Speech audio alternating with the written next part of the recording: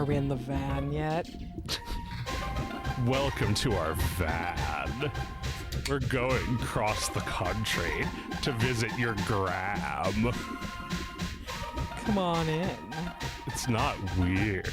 Oh, it's better than a motel. We've got those little lizards you like to catch here, too. They're sitting under a heat lamp on the table, where we also like to play a game where we watch our toys vibrate from one side of the table to another. It's not turquoise, it's blue-green, which is the same thing. All of its registration is completely up to date. The vehicle is not abandoned. But it might get stolen. That's right. Our van got stolen when we were kids. The sick car in the video that plays before Thingus. How do we sound? Does the game sound loud or anything? Game sounds loud to me. I'm gonna turn it down. How's that? Yeah, I do feel like this song needs a little bit of like screaming sound effects, right? I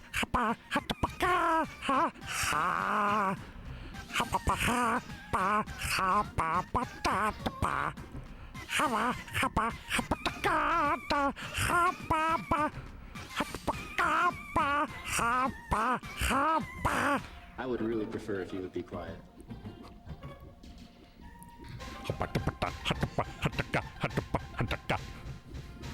I would really prefer if you would be quiet. I would really prefer if you would be quiet. I would really prefer if you would be quiet. I would really prefer if you would be quiet.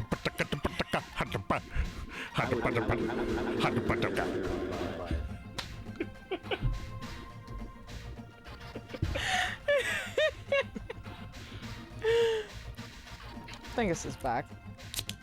We've made it. You hear that? You hear It's that? Thingus time. You hear the crack. Thingus is back. The crack of the Thingus ass has risen. That was almost all over my keyboard. I was just thinking of like the little tag they would say at the end of Supermarket Sweep, where they're like, when you're in the grocery aisle and you hear that beep, beep, think of all the fun you could be having on Supermarket Sweep. Speaking of fun we could be having, I just realized something. This isn't even plugged in. Oh. Here, let me fix that. We've just been watching this. We have another controller so we can both play. How we doing, everyone? Sorry we skipped last week. My fault. My fault. Mom had to go on a little trip again. It's always some shit with me, isn't it?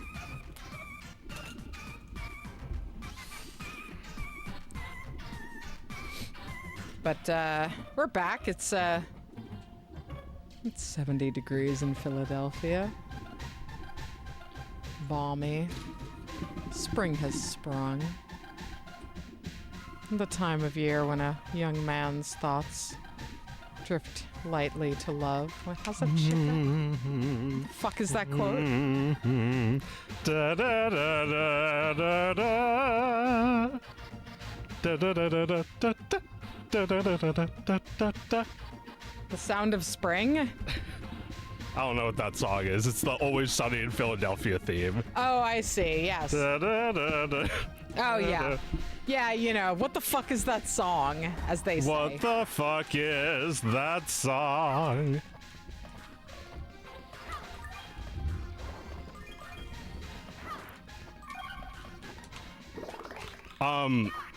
You know, I did use the alcohol swab on this thing, but it's still like really grundous. Yeah, it's not feeling too good. Ugh.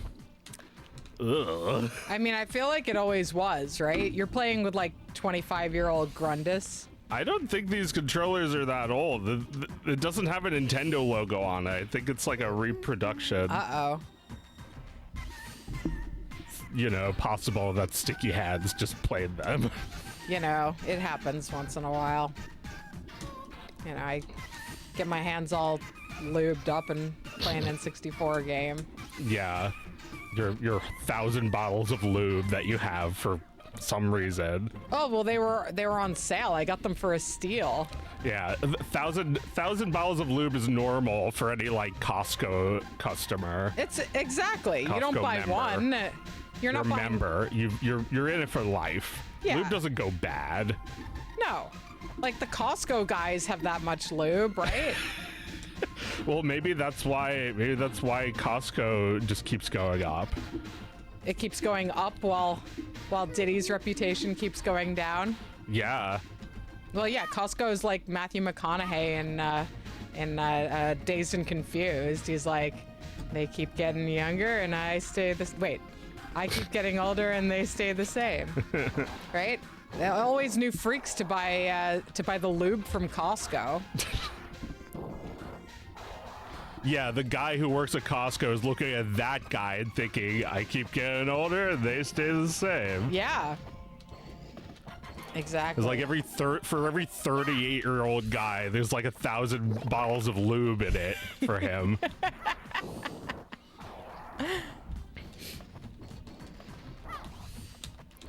Yeah, I mean, they even sell the thing that you cart the lube home in. I would be really amazed to learn that like the lube was all purchased in one trip. Like there was one receipt for the lube. Yeah, like yeah, you hand it to the person at the door and they draw a little smiley face on it for you. Why the fuck would he have 1,000? Wouldn't he just like get more or I guess maybe it would be too suspicious, so he would have to buy it all like in bulk. I just don't think there's any way it can be suspicious to buy lube. If you just buy it like a normal person, you buy the amount that you anticipate you're going to need. I think the reason he had that much fucking lube is the same reason he has anything. Because he's a materialistic bastard who wants to show off. And he thinks that showing off a lot of lube means people think you get laid. It's like truly 13-year-old boy shit. Yeah. Like I'm gonna need so much lube when I start having sex. Like it's very when I start having sex and have my own house. I'm gonna need an entire pallet full of he's lube. still a virgin after all that. Oh yeah. Just like who's a character who's like famously a virgin? I feel like there's a character who in spite of the odds is a virgin. What, like who are we talking about? Like someone who's never had sex. Okay, well there's like Tracy Jordan in 30 Rock has never cheated on his wife. Yeah. Right? Is there a character like that who like the whole concept is that they've never had sex and they don't actually know what it's like, but they're like a sex having kind of character? I don't know. Beavis and Butthead. No, obviously they're virgin. I'm talking about somebody who it's like a big reveal when it turns out they're a virgin. Yeah, I'm trying to imagine who that was. That seems like something that they do. Oh, fuck. Alright, let's change the game. People are saying Jay and Silent Bob. What? Jay from Jay and Silent Bob is a virgin? Is that ever revealed? Jay definitely seems like a pussy eater. Like, that would be surprising if it turns out he's a virgin. Silent Bob gets laid. Well, nobody thinks Silent Bob has sex. Yeah, right. A sexy character, but they're a virgin. Exactly. Not some sleaze bag in a parking lot.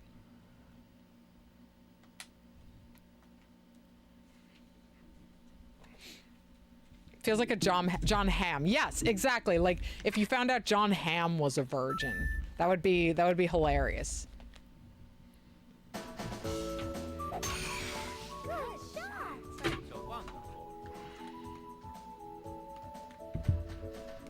Wonderful. Great shot. I've never seen that character again. Yeah, I already forgot what her name was. Long. Now she wanna lick my plum in the evening and stick that tongue too deep in. I guess that cunt getting eaten.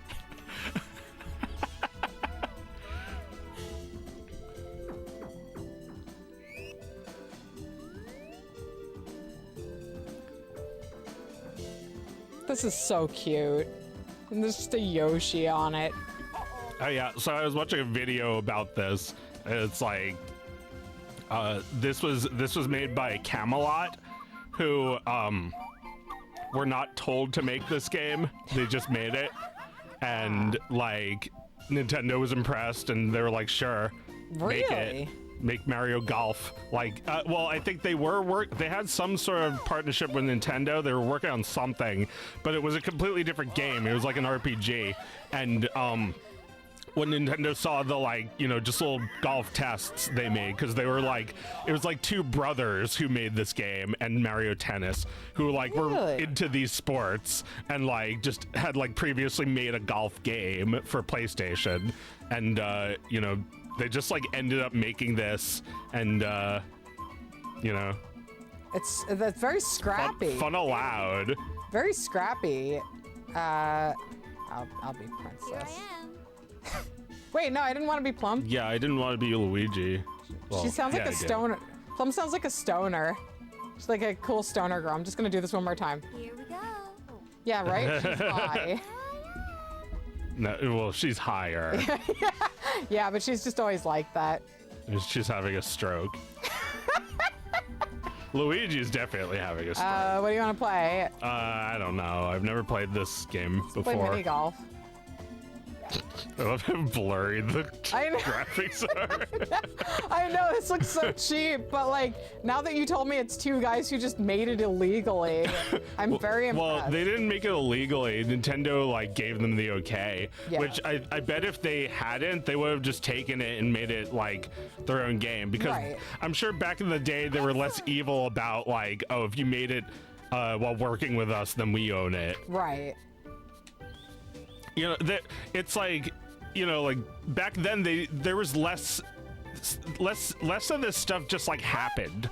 You know, like people online will just like make their own Mario Golf now illegally. But like back in the day, it was like the Star Fox guy went up to them, showed them his 3D engine, and they just hired him right there. Him. I mean, you know, I'm sure amazing things still happen at cons. Well, all right. I'm glad you bring that up because I don't think that's true. GDC is going on right now, and everybody who I'm seeing talk about it, about the experience of being on the floor at GDC, says that it is just like absolutely rancid there. In what way? It's just like every booth is some kind of scam. No! Is it like some NFT game that... Yeah, yeah. Like, no! It's all like AI shit and like Excellent. wow, you keep going. Nice. You got a bogey. Wait, is he sad about that? Yeah.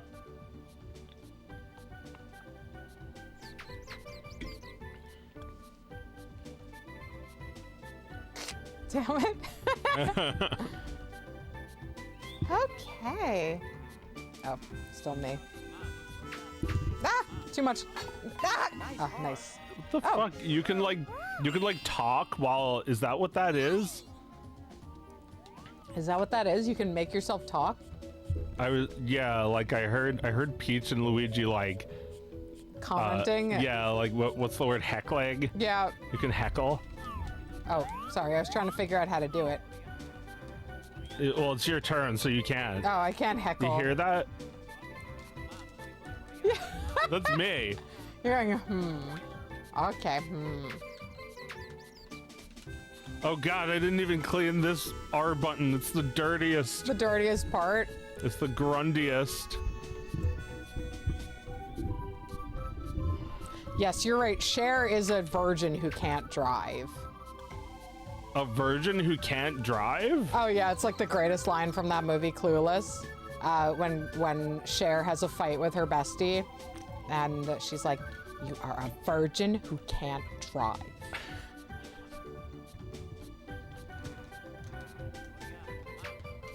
Oh, yeah.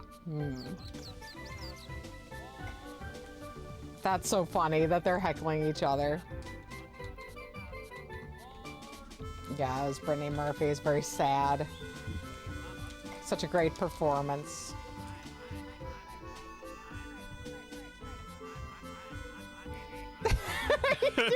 All right, we got to turn that up a little bit. Oh, yeah. Yeah, just like press all the buttons. Hurry up! Hurry up! Mamma mia! Oh, man, I love that. The princess is like picking up a little bit of language from Mario and Luigi. Mamma mia! Hurry up!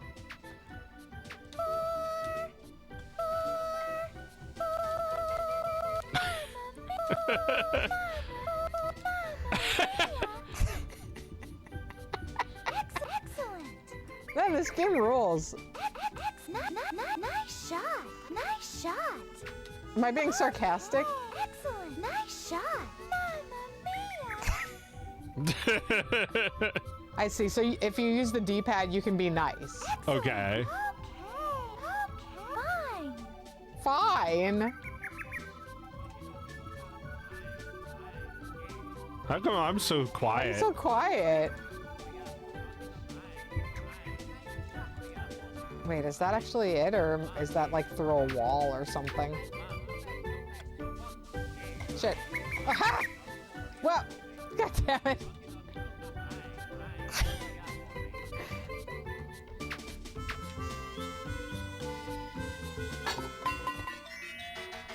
Mamma mia. Oh. Right, I can't do it now.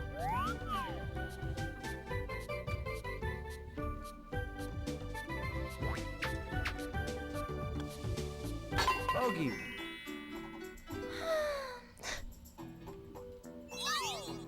Oh man, I love that the princess has one glove. So cute. Yeah.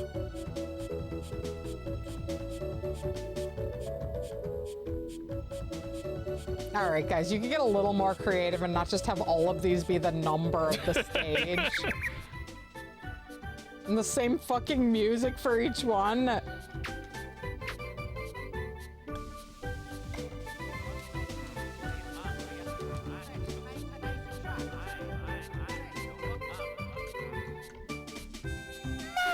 mia! Hurry up! Fine. Fine. Hurry up, Mamma mia! Fine. She's saying Luigi's fine and sighing. Like using like the sound effects from Mario 64.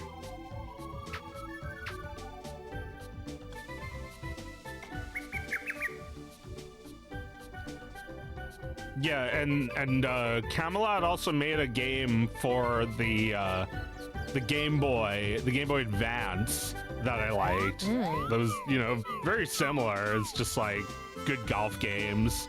So how many years did these guys make video games? I don't know. Are they still around? Camelot? I doubt it. Oh no. People don't make video games for very long. They can't. I mean, when there's like a sequel to like a Mario and Luigi or something, it's always a new studio. Yeah. Or you know, Alpha Dream is gone. Yeah. So like Alpha Dream and like their earlier work and also their later work feels like a completely different studio. And you know, by now there's a new studio making those games. Yeah. Mamma mia! Timbalisto says Camelot's still around. Hurry up! I want to know what they're making then. Nice shot! Well, golf is kind of what they do, I think. Ah, So maybe they're still making golf games. that's kind of cool that like they're there to fill that market. It's what they care about. Yeah, they're good at it. They love it. Well, like the golf game for Game Boy Advance is kind of like a RPG where you like level up. It's kind of cool. It's kind of interesting. Mamma mia.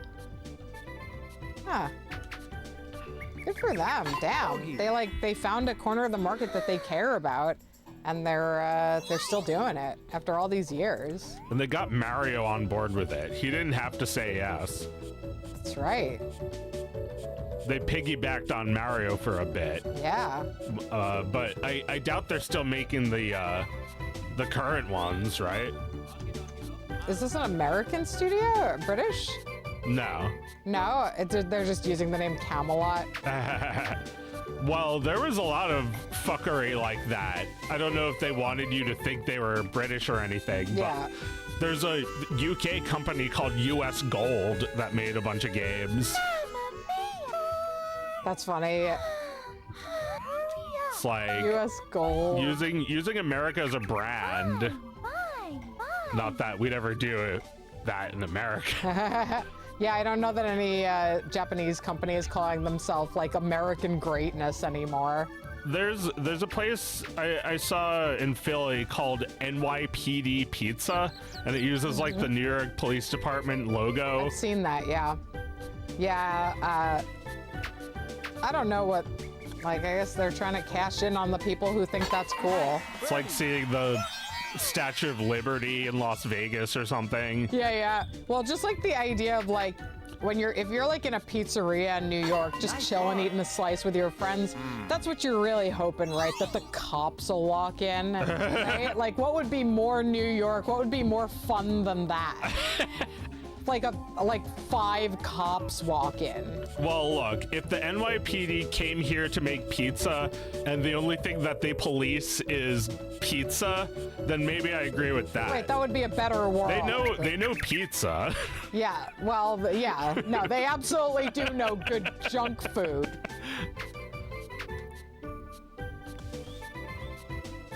What the? Oh yeah, like you go there in Philly and you're like, wait a minute, you have no jurisdiction. Well, maybe that's part of the experience, is you get to like laugh at them and like pull down your pants and show them your ass. What are you gonna do about it, cop? Did you ever watch your the pizza. Boondocks? A little bit. It was like one of those shows that was like on while I was half asleep all the time. Yeah. I remember it being funny, but I just never got like super invested in it. Right, yeah. There's this one joke I remember that is just like, this guy is like provoked into getting into a fight, and then he's just like, wait a minute? I'm white, and just like walks out of the situation because he like remembers that he's white. Yeah. The cop doesn't have any jurisdiction. Wait a minute. They're like chuckling like an evil anime character. Yeah, he's like an old like anime looking guy because it's the Boondocks. Oh man, you know, in the 2000s, I didn't really. Am I supposed to go over there? I'm always confused about where I'm supposed to head. Yeah. You gotta just like change the camera. I just guessed. Yeah, yeah. In the 2000s, I didn't really understand the idea that Aaron Magruder, the creator of Boondocks, would give up his syndicated comic strip for a chance to make a TV show. Ah, yeah.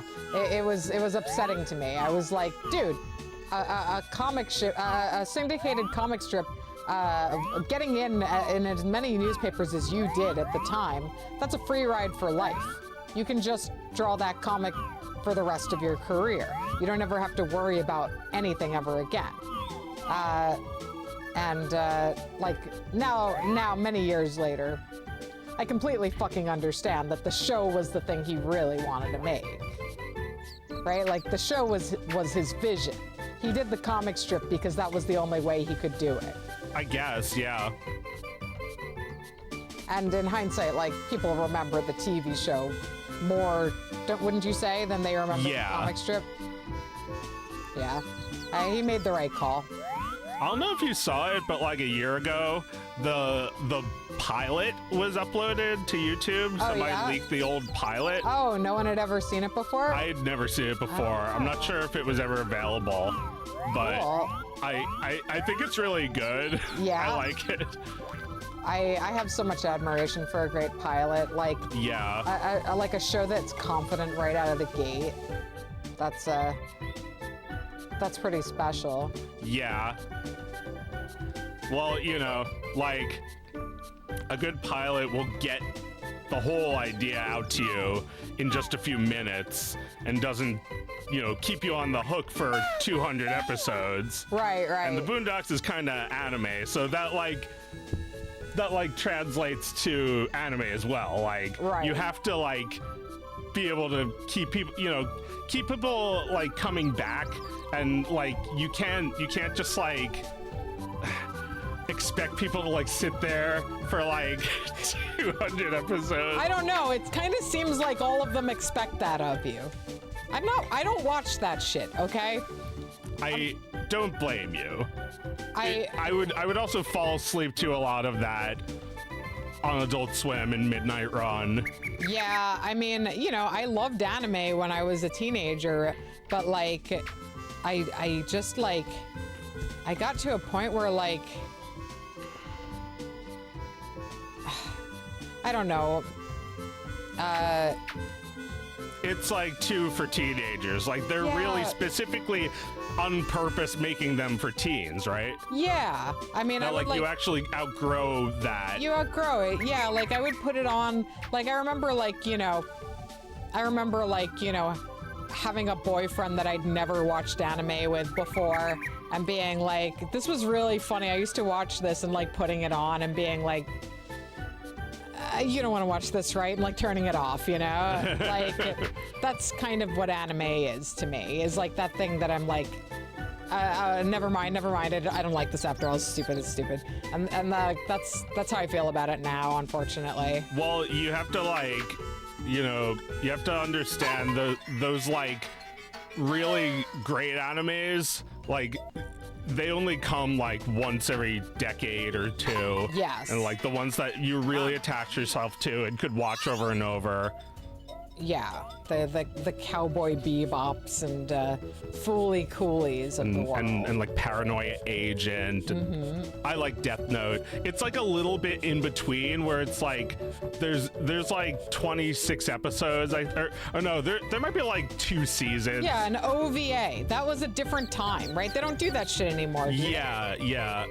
I think that was the way you do it. You make something that's supposed to be sold on video, which was also what Adult Swim and Toonami was doing for a long time. And you know, shows like Futurama and Family Guy actually made a comeback because they started selling all the DVDs. Right. Because there was like It was a real model once. yeah, there was this golden period where a show could be made in the interest of direct sales instead of being part of the fucking slop that the network is churning out. Yeah, and eventually like Netflix got the rights to Futurama and we started watching it there. No. It's like, yeah, they changed it. They changed They it. like censor the Michael Jackson episode or whatever. All right, are there only 9 of these? We don't have to do this. We could exit and do a different mode, like play an actual Oh, right. course. Yeah, let's play a course. So we're not just doing numbers. This is like my son would love this. Yep. Well, numbers are like save and give up.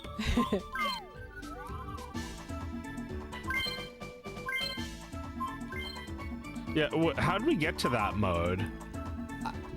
Mini golf? I picked it. Okay. There's just like 2 guys. I did not pick Baby Mario. Wait. Here we go. Ah! Wait, who's player 1? I appear to be controlling both of us. That's strange. Wanna have a stroke? Sure. There we go. That's more like it. You say this is like a baby game? It's very gentle, that's for sure, but a baby would not be able to play this. This is pretty sophisticated Luigi. controls. I mean, this is pretty easy. Although, yeah, like having to understand the different clubs, that was something that I never really got when I was a kid playing golf for NES, which is kind of like a precursor to Mario Golf. Oh yeah. You're both. I am both of the players. Yeah. Oh, all right. Do we want to call it on this? I Here? mean, you want to play some Mario Tennis? Yeah, let's play Mario Tennis. I'm putting.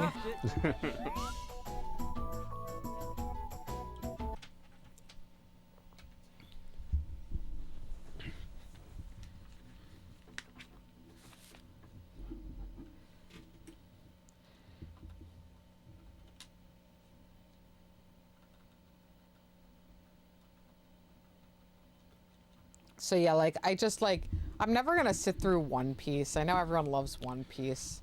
You have to do the everything in the first episode, because that's like, I don't know, you have to use all your best ideas. I feel like Netflix and, like, you know, Hulu or whatever, a equivalent, have all adopted that method of like spreading everything out. Every single idea you have is on page 100 and not on the first fucking episode. Right, the pilot episode where it's great.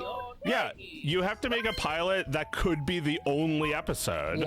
Yeah, and that you're like, holy shit, that was amazing. What an achievement that I made that one episode. Yeah.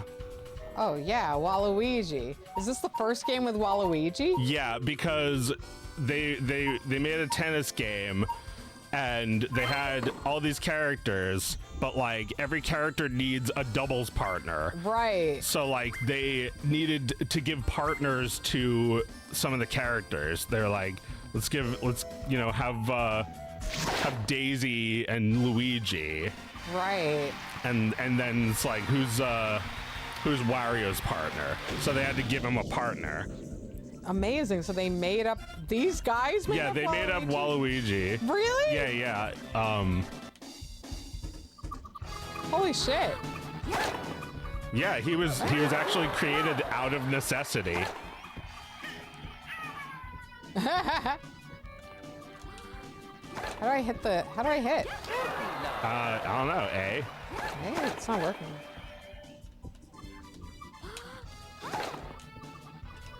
I can't swing the paddle.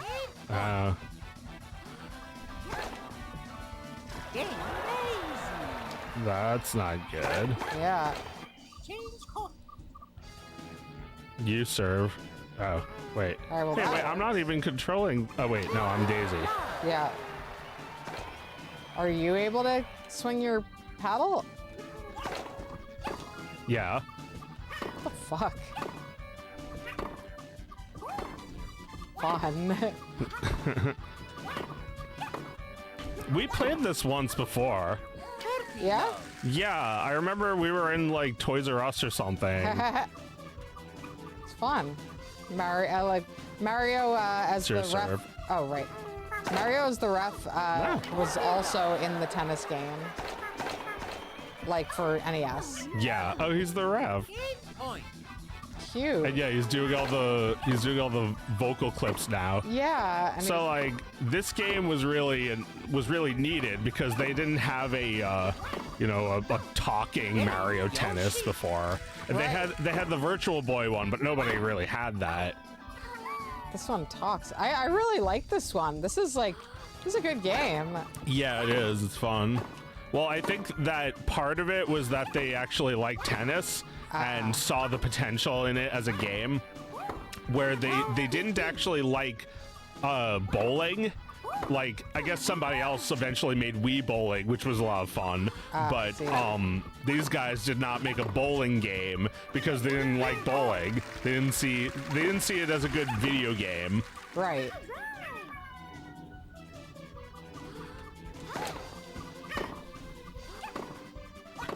Although I guess video games and bowling as a concept are like, there's so many things that are already like that in a video game that creating a bowling simulator doesn't feel especially fun. You can, have a million things to like throw at as like a target. Yeah.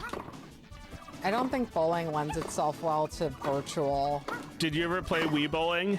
No. It's fun. Yeah? Yeah, Wii Sports bowling is good. Okay. I hope Nintendo goes back to doing. Do they still do stuff like that where it's just like a Nintendo compilation? A Nintendo compilation? Yeah, just like a whole bunch of games in one, like an anthology. Oh, maybe.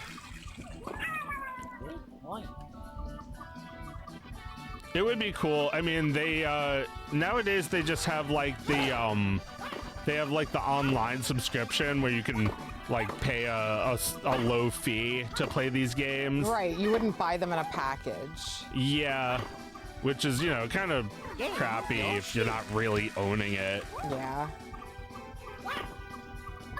Well, It's like with Looney Tunes. You never really owned it, so they could just take it offline whenever.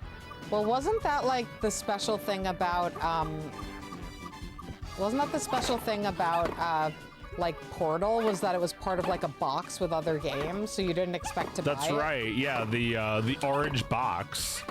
So like, you know, games like Minesweeper and Ski Free, things that are bundled. Fun Pack. Yeah, Fun Pack. Oh, I see. We've lost that. We've lost Fun Pack. We should play Kirby Superstar. That's true. That's a fun pack. It's called Kirby's Fun Pack. Yes, it is. In Europe. Here, let me set it up. All right. Actually, I'll be right back. Okay.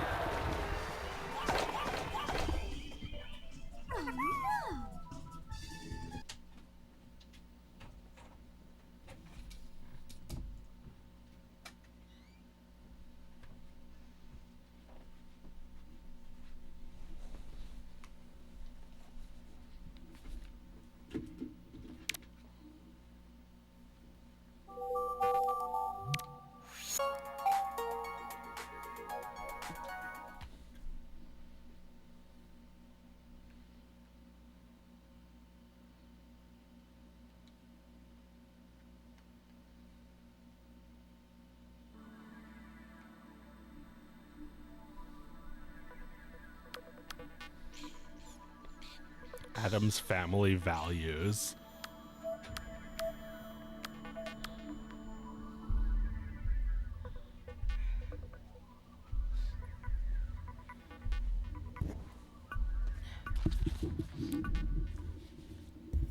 Yeah, I can't help but feel kind of oh, cute, kind of pessimistic when I look at the state of gaming today, and I mean, the thing is, like, the state of gaming is that It's not so sad what they did to gaming. Look, they put Meredith in charge. They let her make a game. We have to fire her DEI game into the sun.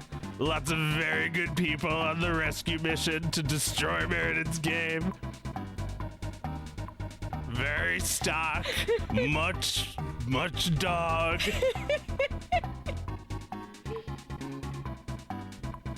Well, that's the fucking world we live in. So the thing is, like, it's not that good things aren't getting made.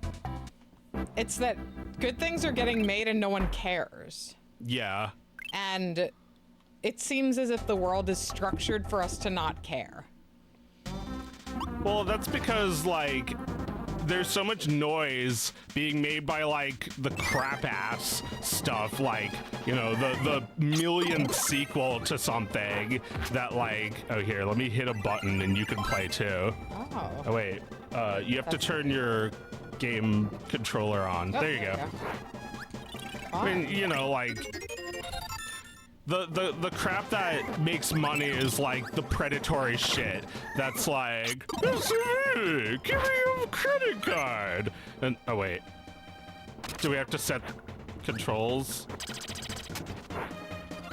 Sorry, I think I just pressed the menu screen button. Okay.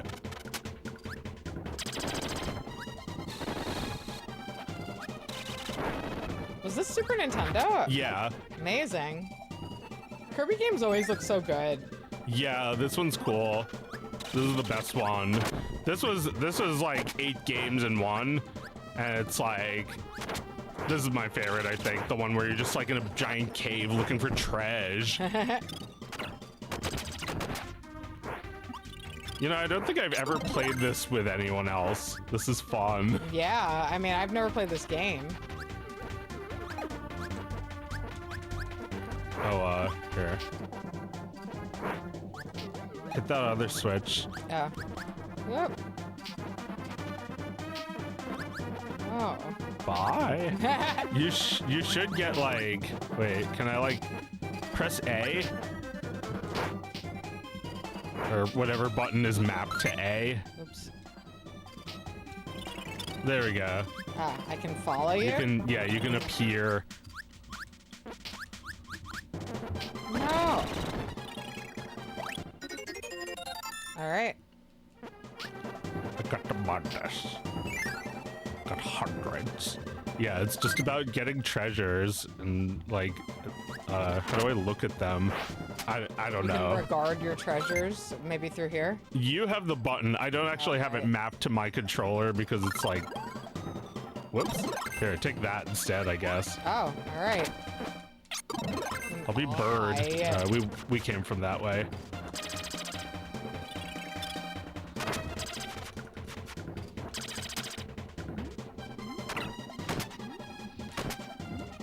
But yeah, we didn't have this game, but I play it all the time on my computer. It's fun. Seems like something I can play with my son. It sounds like what? Something I can play with my son. Yeah. Yeah, just make sure that these batteries are in, because Yes. I tried putting it on the EverDrive, it just doesn't work. I feel like HAL Laboratories had better copyright protection than some others. Like they would have a thing. Oh wait, this is just back. They would have a thing that was like, it's illegal to copy games on legitimate games sometimes. Right. I'll just play this on the computer with him. Okay, yeah, that sounds better. You can just do it in the basement. One of our many on my Linux computer. I can't hear you too well. Could you move your mic a little closer? On my Linux computer. My Linux computer that I built. I made it. My instance.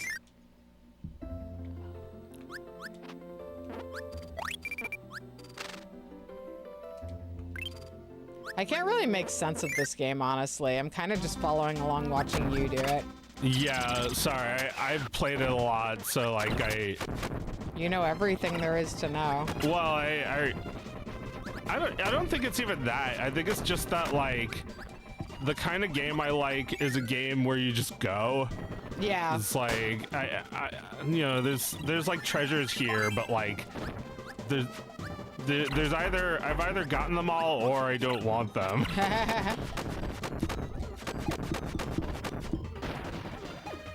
Alright. Is that you or the? It's me, I'm Oh, okay. Bird. Burb.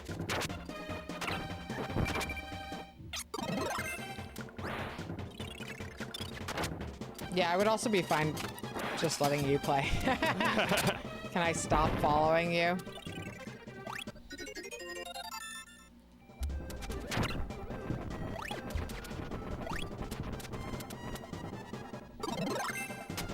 Here. How about we play a different one? There's a lot of games to play. Oh, can I not exit? I can do this. Oh, yeah. I'm just gonna watch you play the next one. Okay. I think you've got the flow. You can turn the controller off. All right.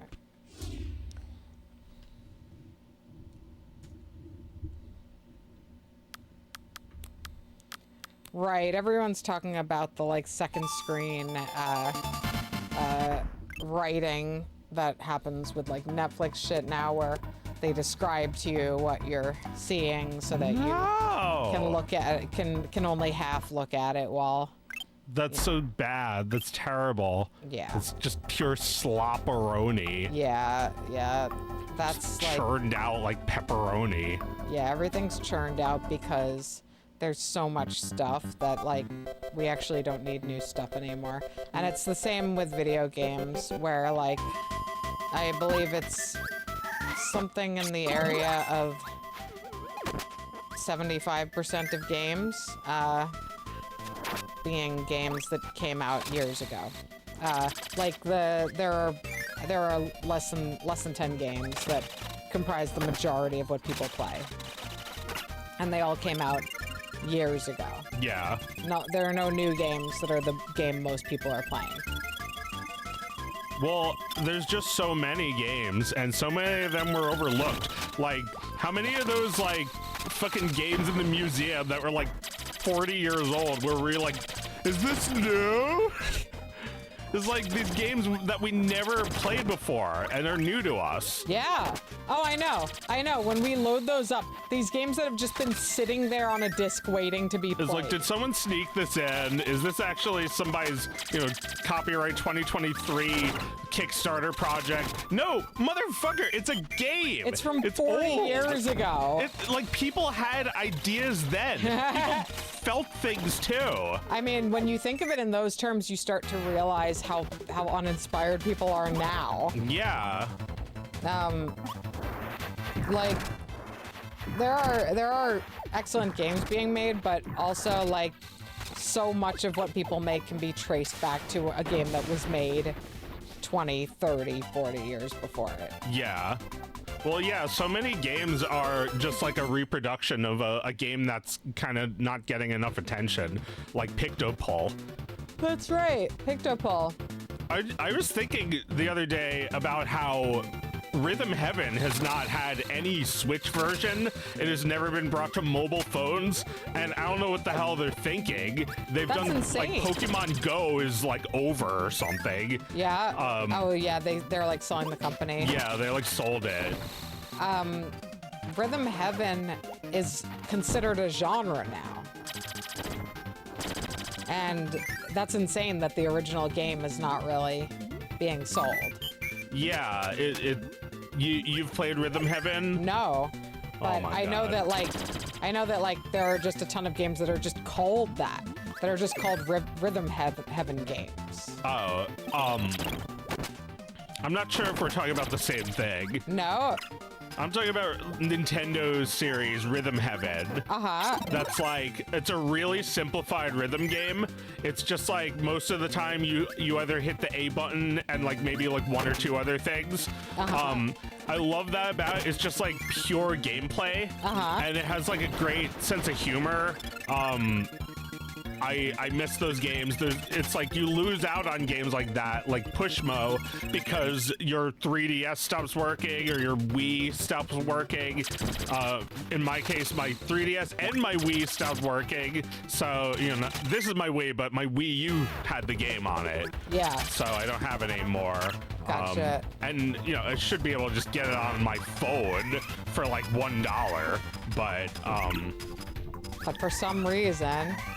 Well, Nintendo is concerned about their, like, theme parks or some shit. They're not thinking about something that happened 20 years ago.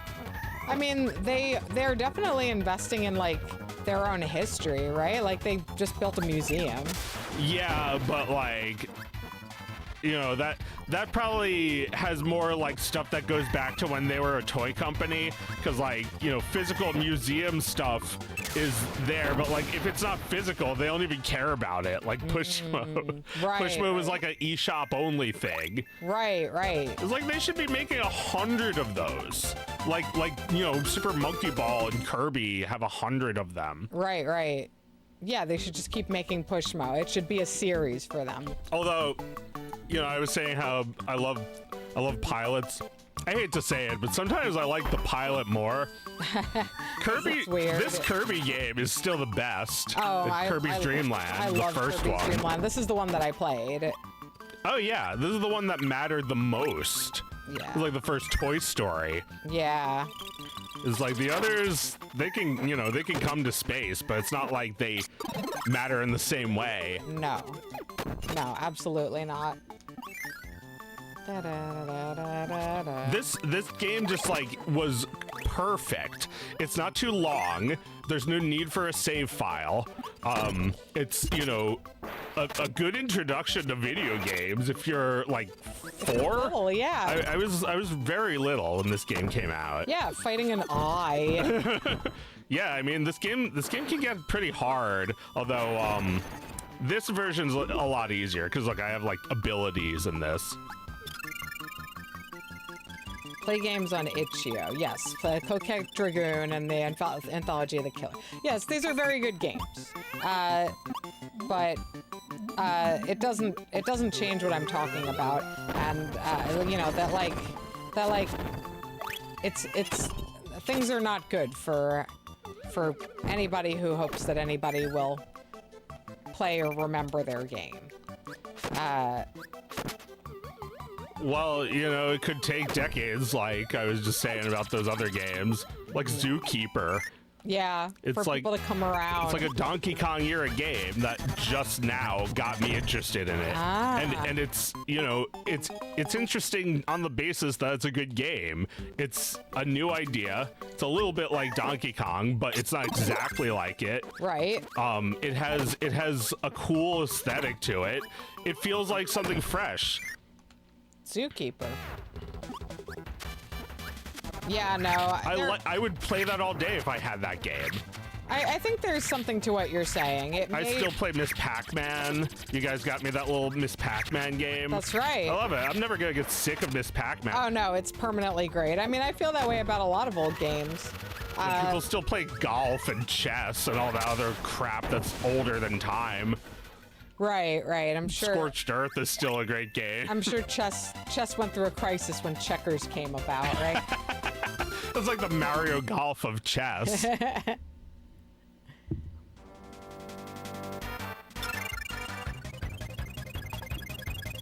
Yeah, and then you're already at the last stage. But yeah, Fun. that's something that Iwata was saying about Nintendo games. It's like, you want to know why Nintendo cartridges are so expensive? It's because our souls are in them, and we are not willing to part with them unless you you hand it over. Fork up the dough. Fork over the dough. Yeah. Oh, this is great.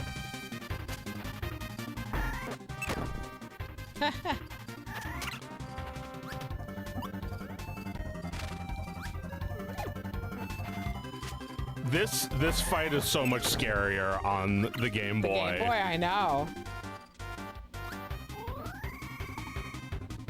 Yeah, scary. Scary little fucker. Yeah, that was so much easier. That really was a spring breeze.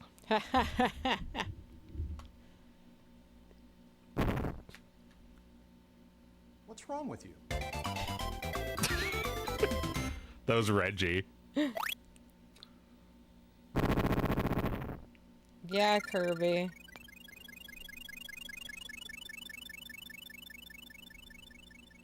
Yeah, I mean, it's not easy to invent some shit like Kirby.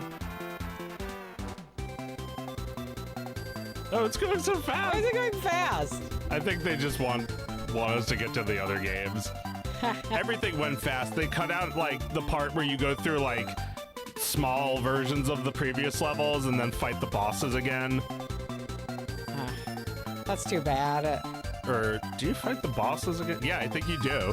There's a boss rush. Great. Yeah, that's too bad. If I was a dad, I'd be mad. Yeah! Yeah, that's designed to piss off dads right there. Well, you know, there's still a lot to this game. There's like stuff we haven't even unlocked.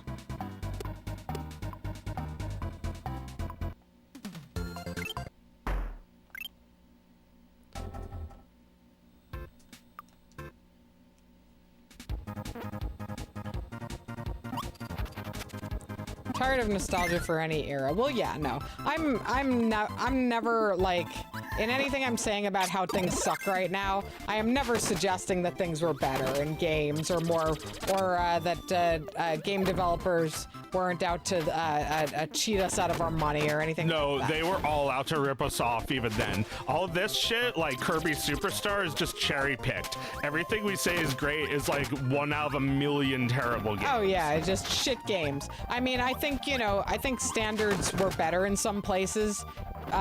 during this time, I think a lot more developers were finishing their games properly and not releasing unfinished games, and I do wish that that was still the way. Yeah.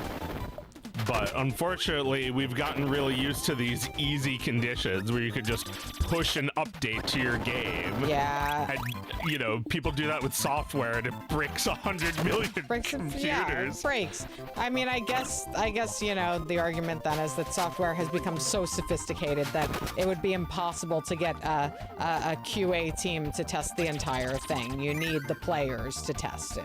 I suppose, but yeah,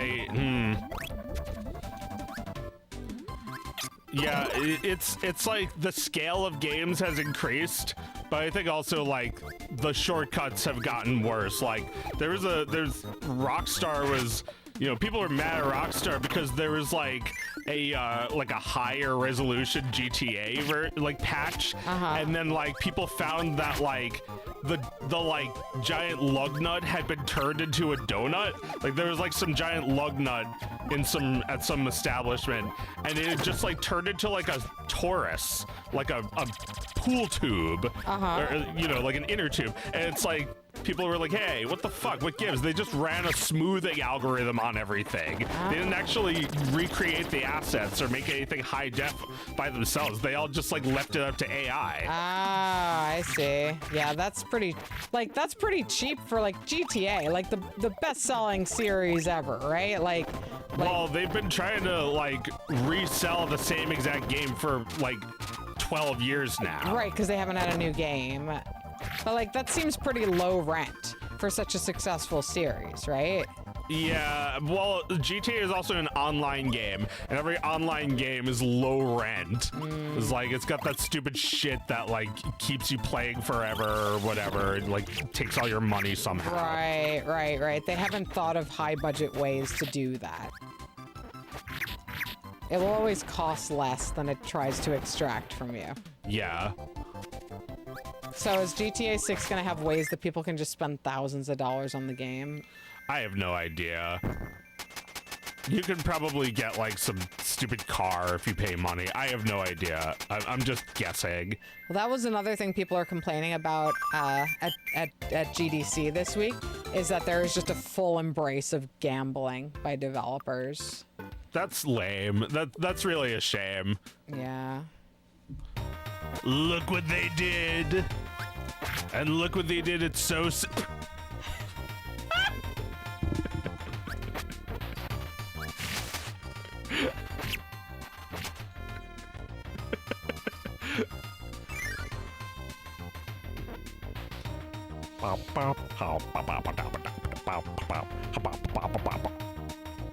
Listen to that bass. Ah.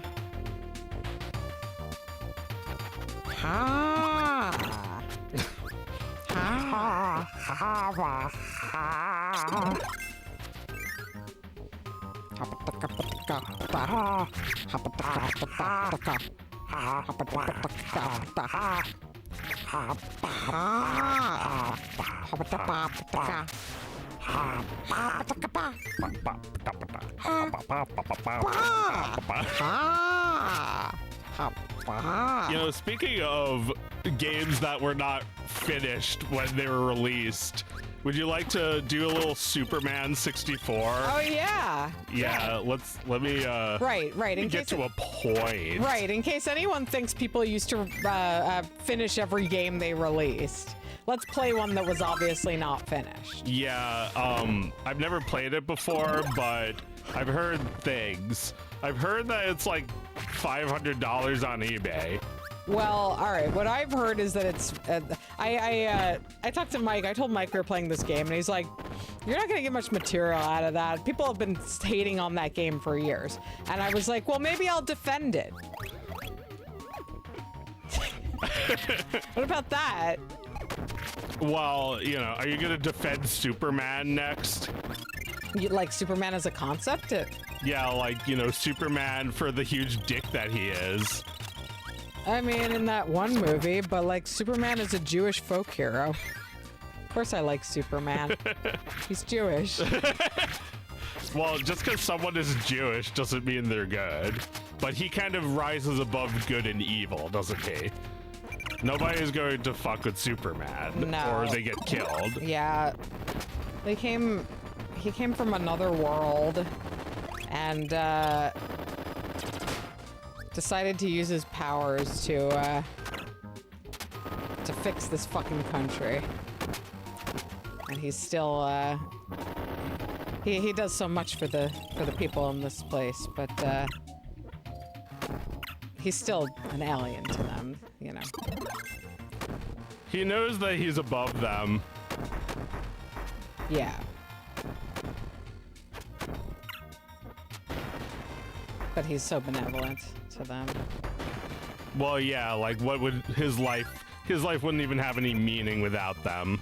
It's like here he's a superhero. Yeah. On his planet he'd just be a normal guy. Right, just regular. It's like, is that what it is? That like he doesn't like necessarily hate the humans, but like he just feels like he can't live with his own kind. He can only live with these people who don't understand him. Yeah, well, I mean, you know, this is the planet he lives on. This is the planet that raised him. Yeah, and this is all he ever knew. Yeah. He has to do right by them.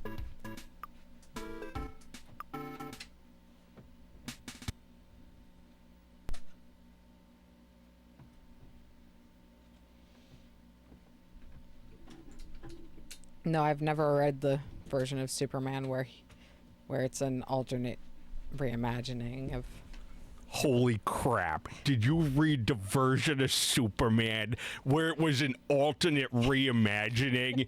It was so freaking sweet. You're gonna love sweet. it. You gotta hear it. You gotta see it. It's an audio book. It's a motion graphic. It's a what if comic. So freaking cool. What if? Makes you really think about what if. And what if Superman was on N64?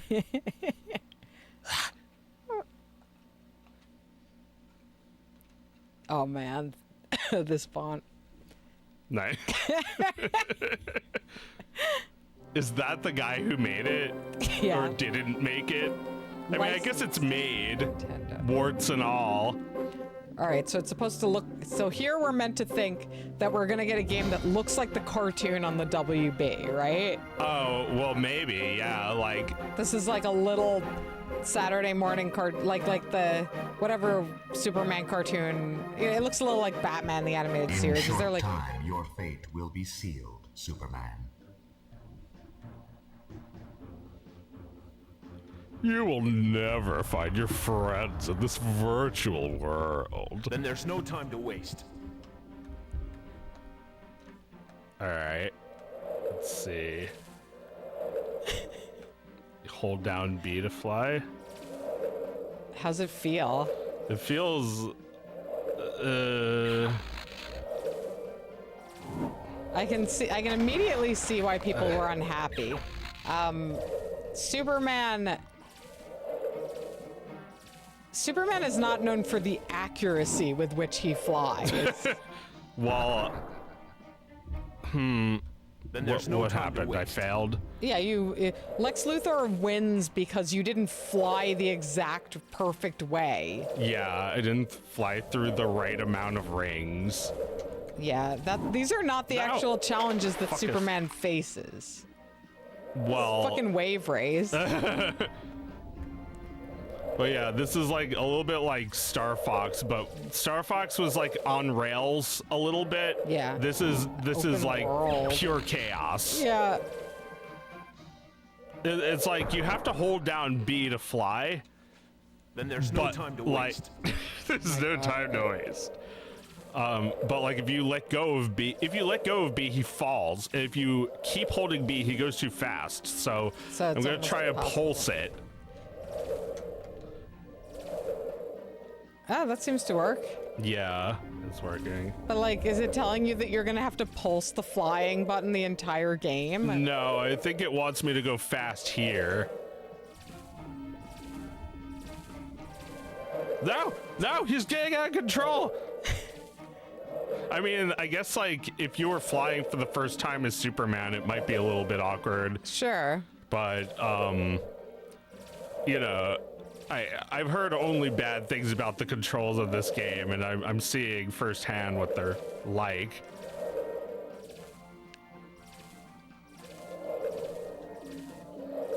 Well, you're hanging in there. I'm playing this game.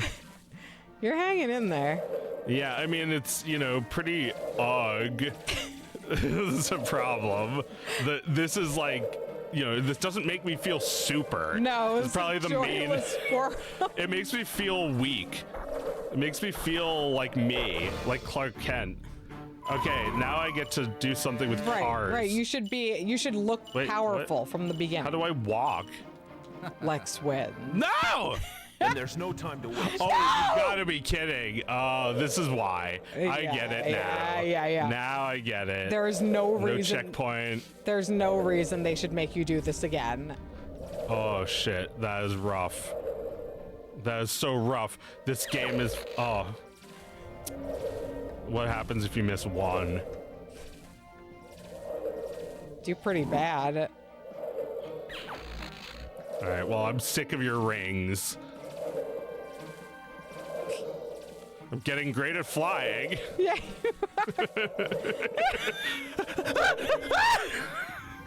This is, you know, no. Then there's no time to waste. Well, yeah, like, it feels like this game would have been immediately returned because it's like Yes. immediately you're frustrated with it. Yes. It's like, this is not released in an era where there's 3 games to play and like, Yeah. you know, one of them is branded like with a superhero. Right. It's like there are a billion games and just because Superman's on it doesn't mean it's good. Yeah, Jesus. Oh man.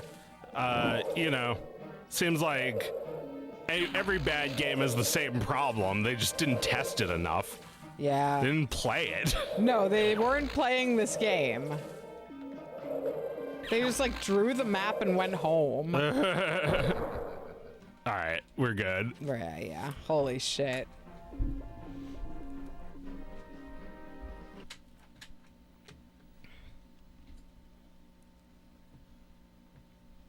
Where's my controller? There was one other game I wanted to play.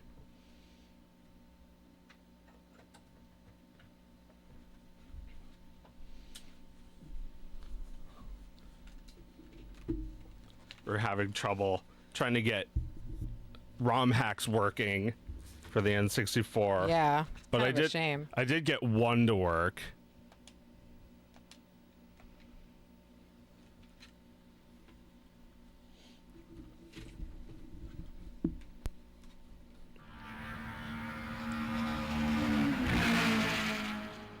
What have we here?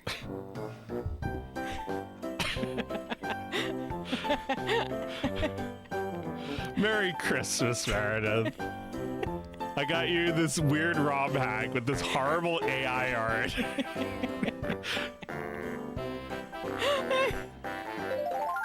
Let's check it out. Okay. I'm not sure. I'm not sure if GP works. I know battle is what you want. There's Oh, I 2 see. Marios. Why is there a 3rd player?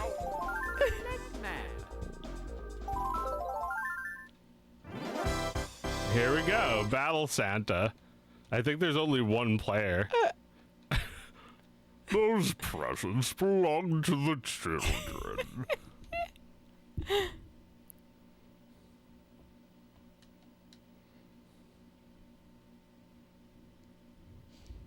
Ooey, ooey. I'll just have to get them back myself. I don't know which one of us is playing. Me.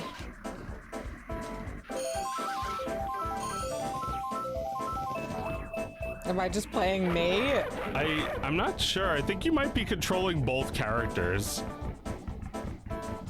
But I can't see the other character. You can see where he is on the map. Santa fell in the fucking lava. I think that the other guy also fell off and they didn't even program anything to happen when you fell off. Talking about Just in lava unfinished now. games. Holy shit. Can you pause and restart? There's something weird going on with the controllers. Yeah. I don't know if I can get out of this. Well, you know, just take a break. Well, you know, I would say Nightmare Cart was a bit more well put together than this. Yeah, I mean, this didn't even go back to the menu. It just crashed. Yeah, it just crashed. Great ROM hack, guys.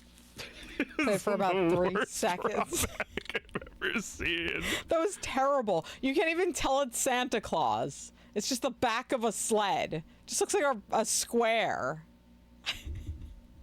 It's brown. Well, you'd probably be able to see it if, like, you were looking at the other player. Right. You'd be able to see the sled. Can we try one more time? Maybe we'll get to see the sled. Yeah, let's see. Select map. It's yours. Maybe this time we'll choose one player. Okay. Where are the ROM hacks? ROM hacks. It's the first one. This one? Oh, yeah, Battle Santa. No. Just play it. You have to hit, like, start.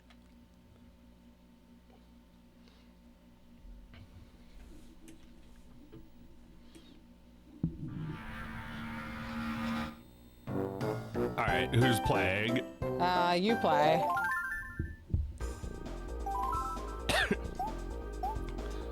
If this even works, you might have to do battle mode. Just to get it to work. I'm so confused. Why are there all these other characters?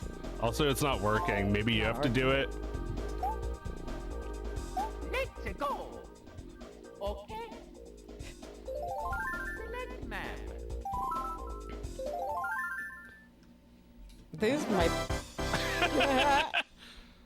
Press A and B to play again. Just nothing works. Just nothing about your fucking ROM hack works. This is the fucked upest. Just fucking with the game. Oh, you want to see if we can get Mario Paint loaded on the EverDrive and try and overload it? Yeah, okay. Where's the... Do you have the mouse? Yeah.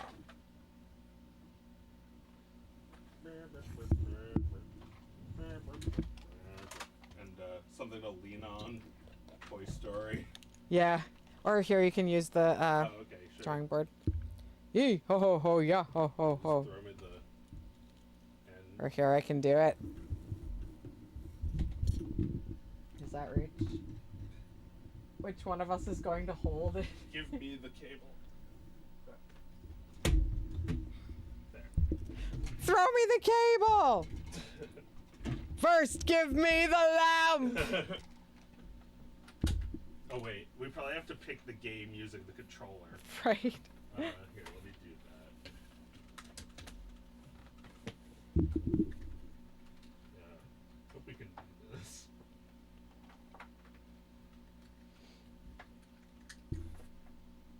Oh, and we put this here. And then grab this.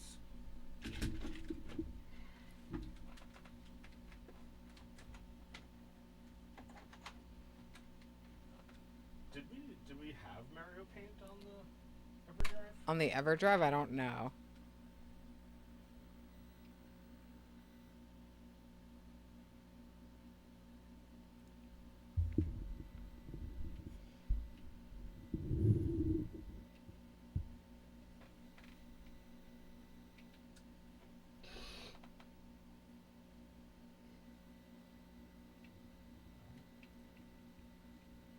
I don't see it. Maybe not. Well, we could load up your art one last time and then overload Mario Paint. Sure.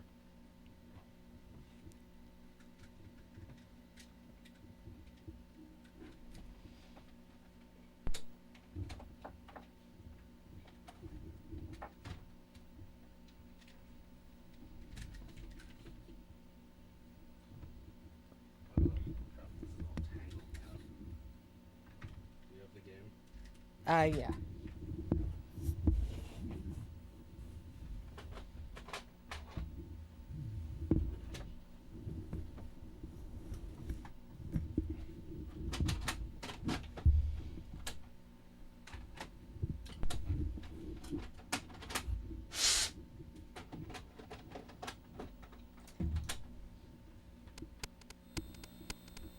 Hooray. Where's that little fucker?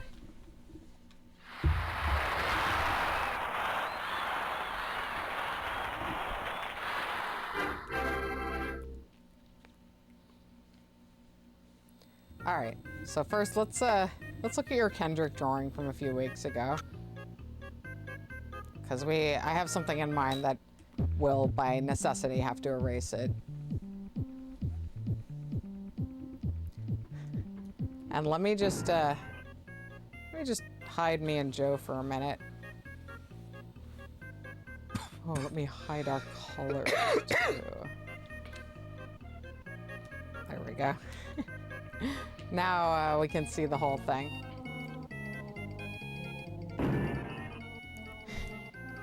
I forgot the lampposts. No! Do you want to fix it? Yeah, yeah.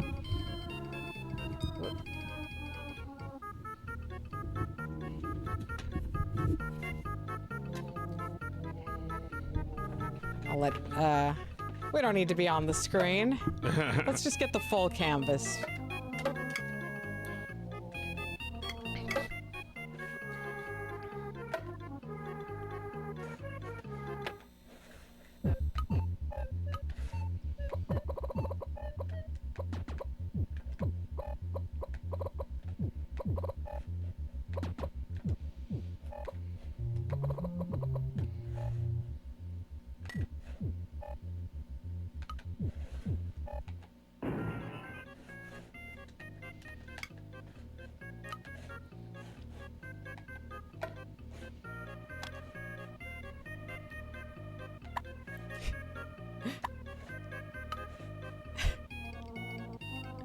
I see.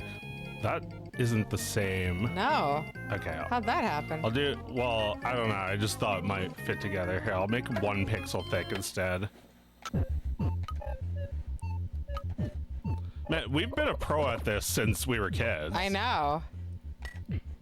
Yeah, let me Excellent. actually just erase the whole thing and get the whole thing in there. I was gonna make it 2, but fuck it.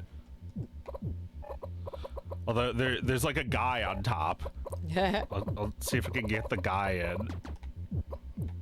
Or maybe I'll make the guy separate.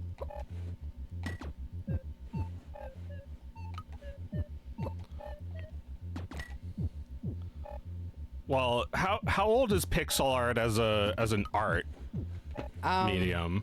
I mean, To go back to like ancient Rome with like tiles and stuff. yeah, tile art, anything where you're like people have been weaving patterns like that for a long time. Yeah, you can go back. You can go back forever. People have gotten pretty damn good at it.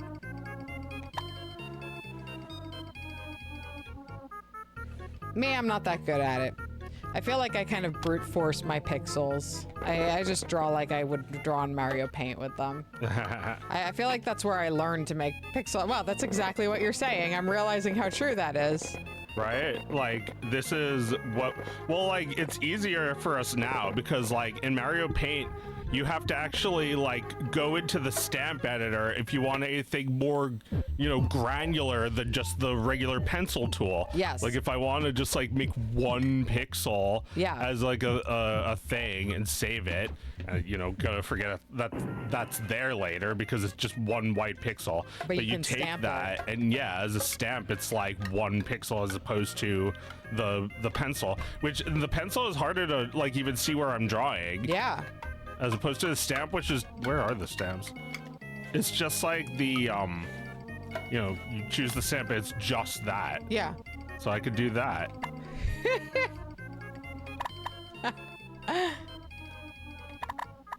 My God, Samuel L. Jackson was great. Yeah. There's like so many details I forgot. I haven't watched it again. It has over 100 million views on YouTube. Uh-huh. In like a month. Yeah. It's crazy. Yeah, very, very well watched. But by no one more than you. Yeah. You're watching it the most. I've watched it a lot. It's good. Well, it's like it's like this moment of triumph for like a person who is looking for a particular type of justice. Yeah. I feel like it made you feel that good things were possible in the world right when you needed to feel that way. I guess so. It made me feel that you could actually get ahead by being honest and having integrity, speaking the truth and doing it with love and integrity. Like, how the fuck did he do it with integrity when it feels like there's so many Drakes out there skating by on stolen culture and stolen rhymes Yeah. and stupid shit? It is kind of like incredible what he is, and that, like, you know, you every once in a while get a guy like this who like his contemporaries are actually quite baffled by and maybe a little mad about, threatened about, because they're all engaging in a mutual agreement to call each other great, to call each other the greatest artists alive. And as long as everybody agrees to celebrate one another's mediocrity, then Kendrick is finding himself in, you know, an upper echelon that includes shitty rappers. Yeah. Yeah, he's compared to the other two greatest of all time, which is kind of meaningless, right? If there's three greatest, three little goats, two little goats, one little goat, one little goat. Oh my god, Kendrick's the one little goat. The one little goat, it's just Big Him. Just Big Him. Yeah. No, I mean, I think a lot of artists feel alone in this way that he does. He's alienated because the truth is that there's a lot of scams at his level. You know, there's a lot of fucking phonies at his level. Yeah, like people will just like they'll just slide on someone else's culture like a cheap pair of slippers. Yeah. And you just got to put up with that, because if you don't, you're not going to have a career. You put up with it until you can't fucking put up with it anymore, and then you say something about it for a year.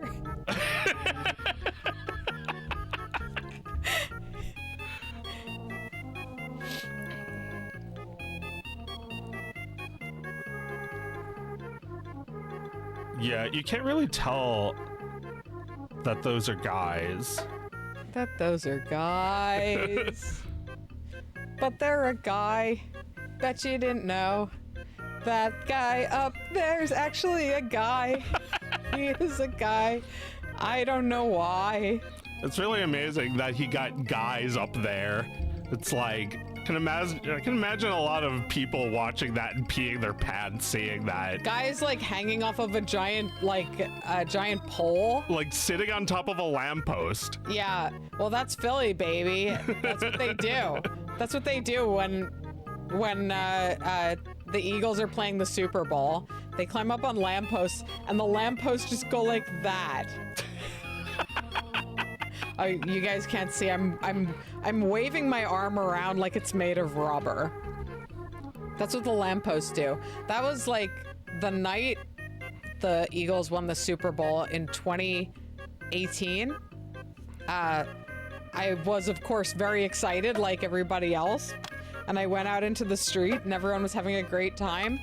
But I was like 7 months pregnant. And I saw one of those lampposts start rocking. And I went home. What's the Thingus hat look like? I don't know. That looked like the Dog Man logo. Now it looks like a face.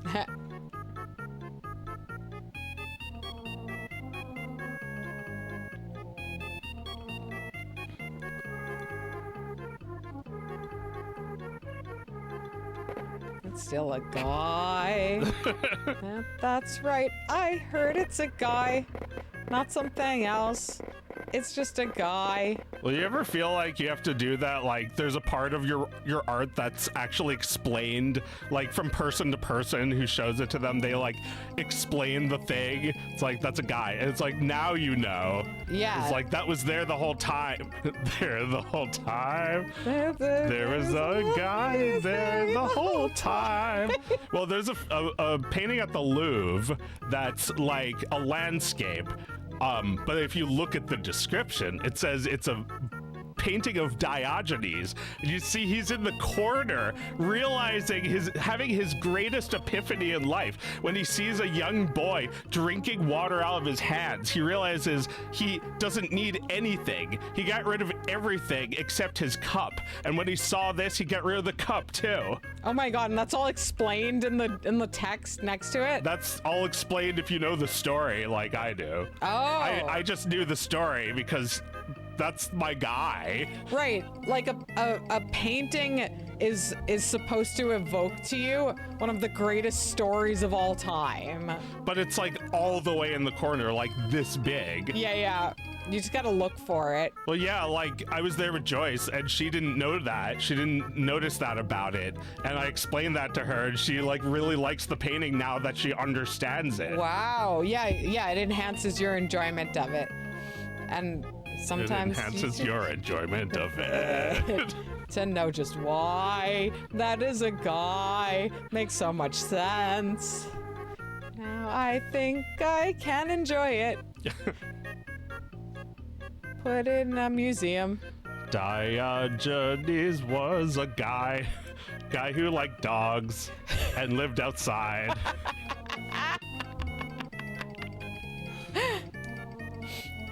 He was crazy. Would walk around with a chick and masturbated in the streets, made fun of things. What a guy. He sounds high. He was high. He was enlightened to the sky. He was the best philosopher guy. And he was high on another plane. He lived in an overturned barrel. Did you know this? No.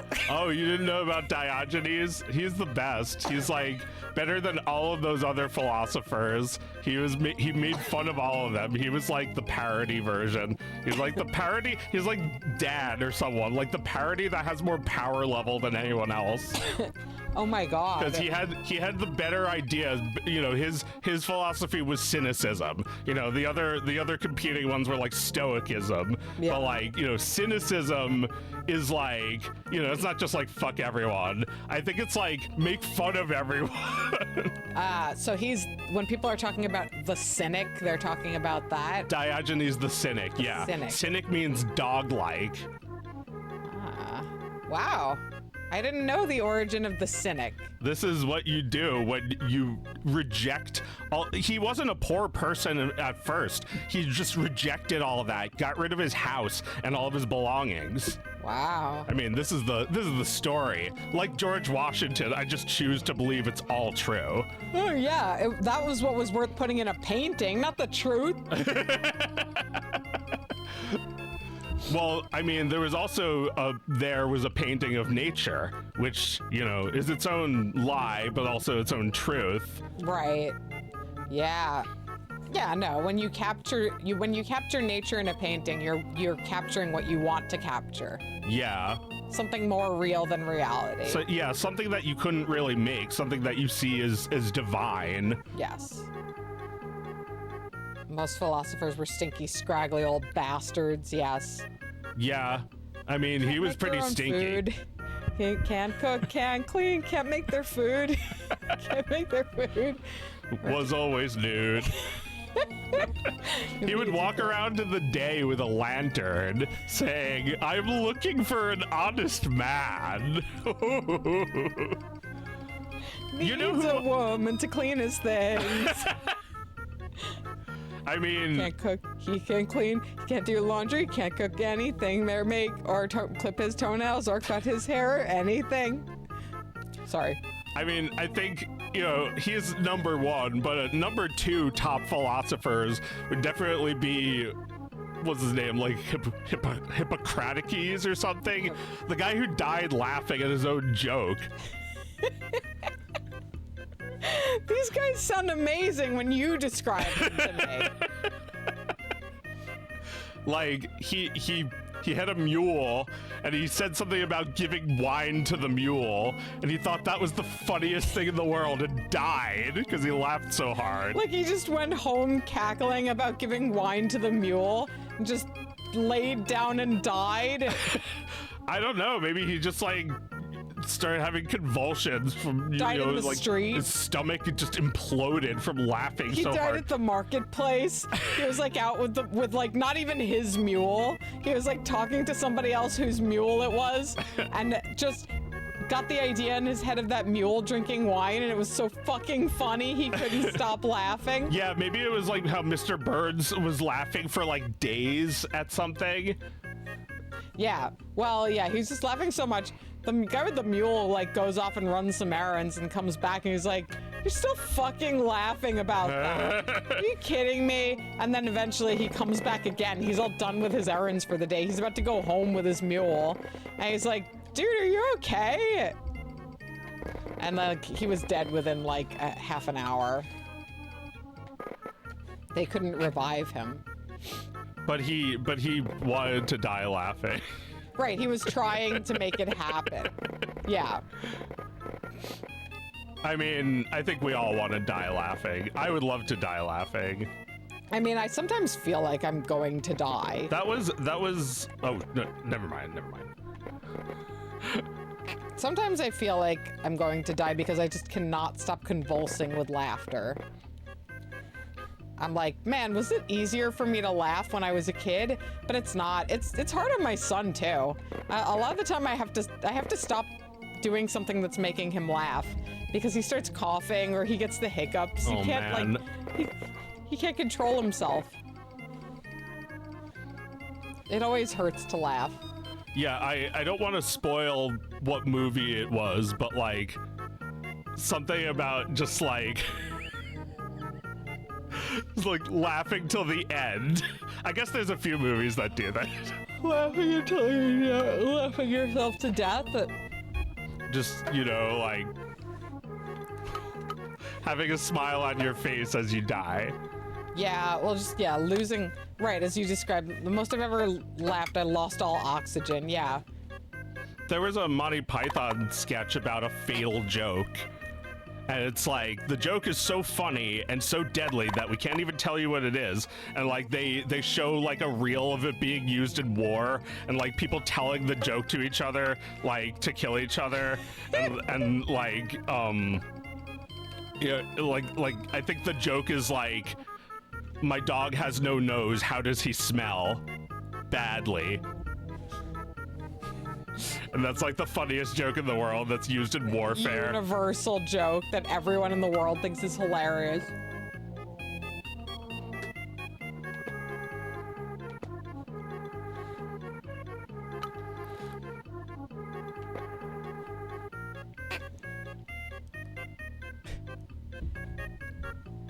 I don't know what color his shoes were. I don't usually pay attention to stuff like that. To shoes, I think they were like white or like light colored, light blue.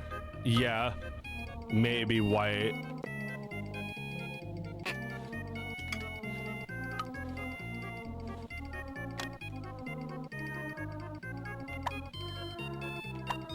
That look right? Yeah, that looks right. Da da da da. I can hear it now. Da da da da.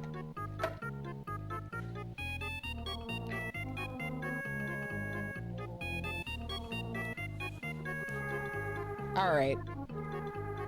Is there anything else you'd like to do to complete the piece? I guess just like put the music on. Yeah. We'll record it for a bit. Oh wait, that's the music. Right. Just play the animation.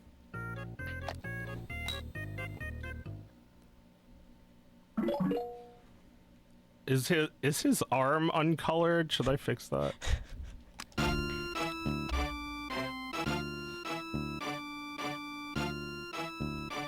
Oh yeah, his arm is uncolored. It's more obvious on the capture card. But I kind of like that about it.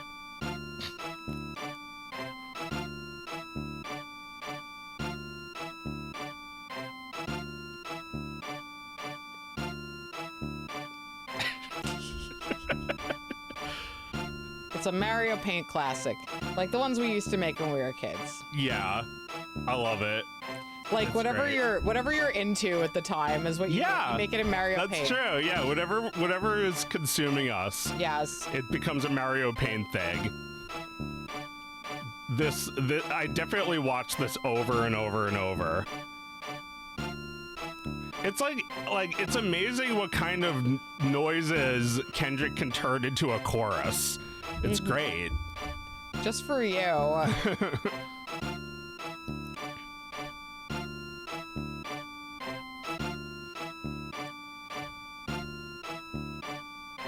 All right, do we want to overload this thing? Yeah, let's do game over. So what are we supposed to do? I think I remember how to do it. You're supposed to try saving or like with too much Crundus. Yeah, I think I can do it.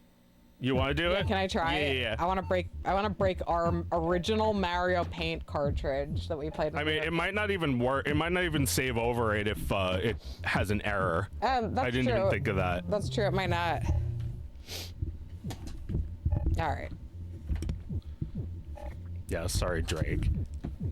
Might still be there. All right. I'm gonna put us back on the screen.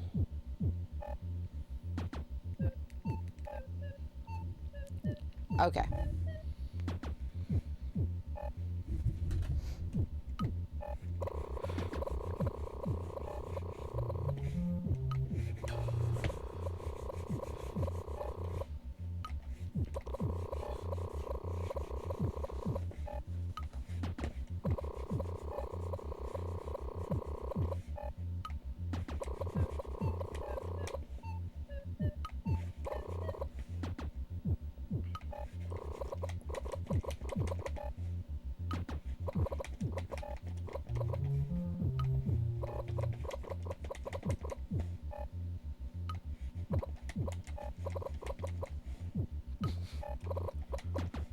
I remember like watching that performance and like Oscar was like kind of blocking the screen. Uh-huh.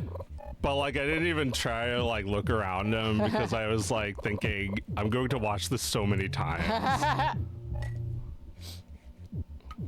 My dot! Oh no! You saved over the K dot. I did.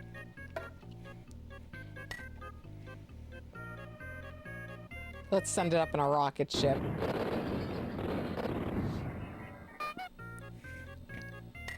Mario Paint finds beauty in the ephemeral.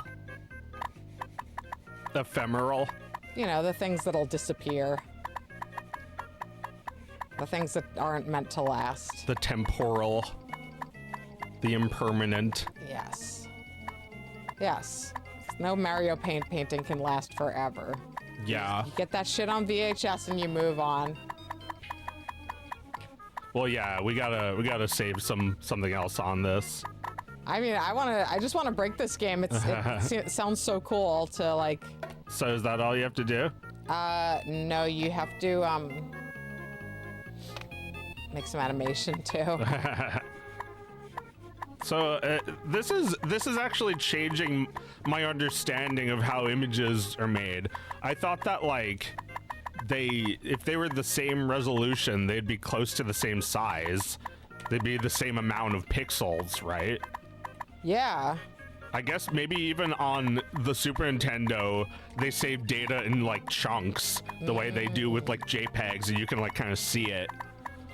Yeah, maybe. And like this is just using up even more than yeah, it's just using up even more memory than it's supposed to save. All right, let's see if it works.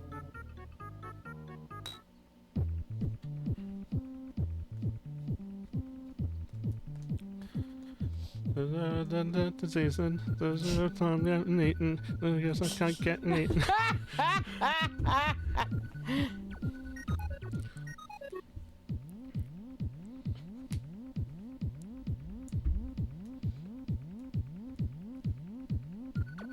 I'm in the 2-on-2. What's your dick like, homie? What are you into?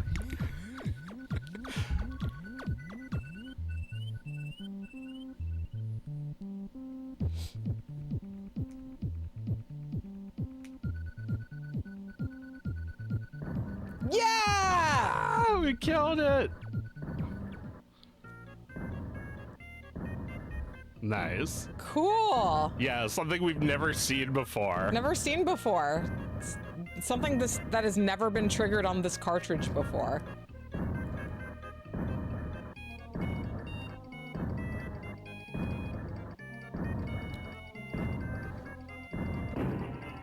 I just love that Nintendo anticipated, that the developers anticipated that.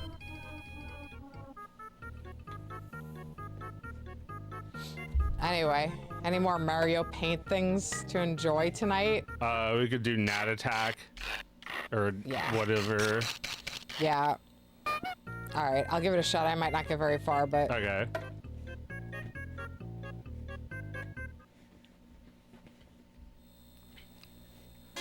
I feel like Nintendo didn't really have a place to like release this game on its own.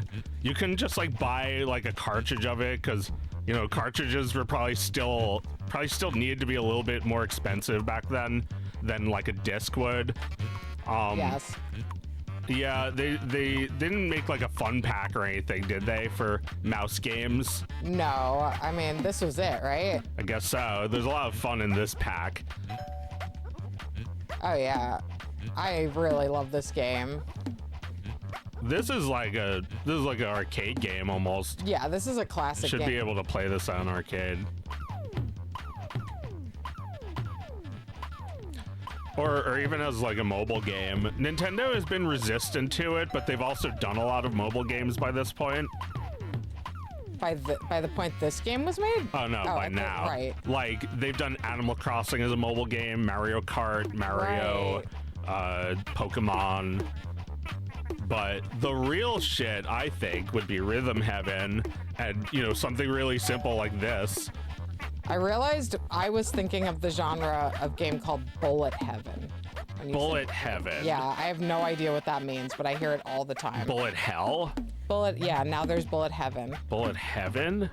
Which I feel There's like a it must be Bullet inspired. Heaven?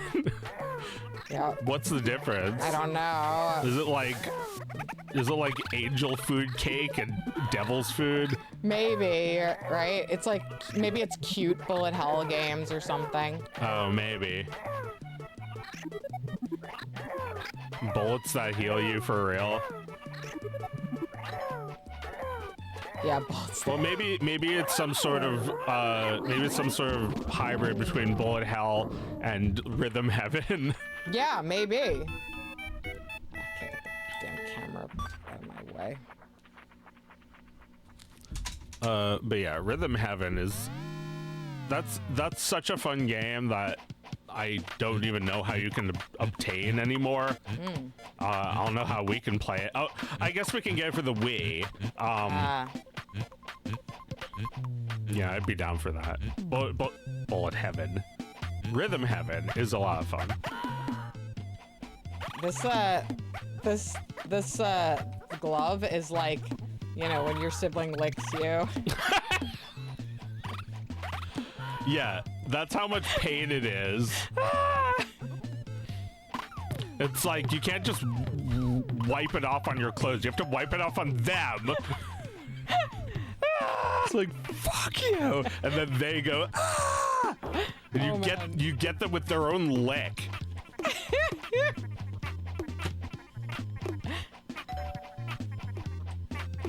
I remember one time I was explaining to one of my friends who like grew up an only child.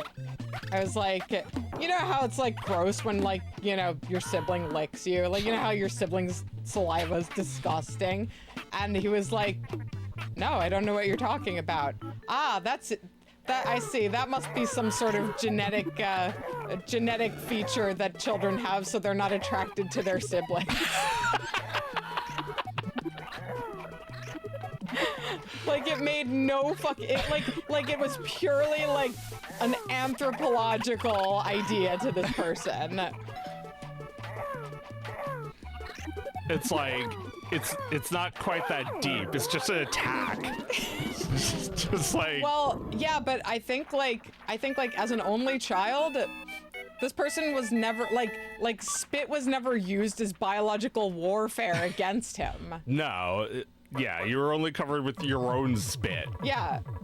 Or maybe, you know, your parents kiss you, but you don't care. Maybe grandma spits a little gross, but like mostly you don't mind the spit. But of like the people in then your you go to middle school and everyone's using spit as a weapon. Everyone's kissing each other. No, I meant they're spitballing you. Oh, right.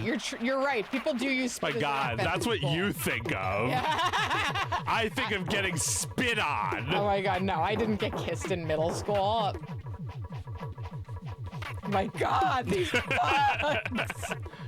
No!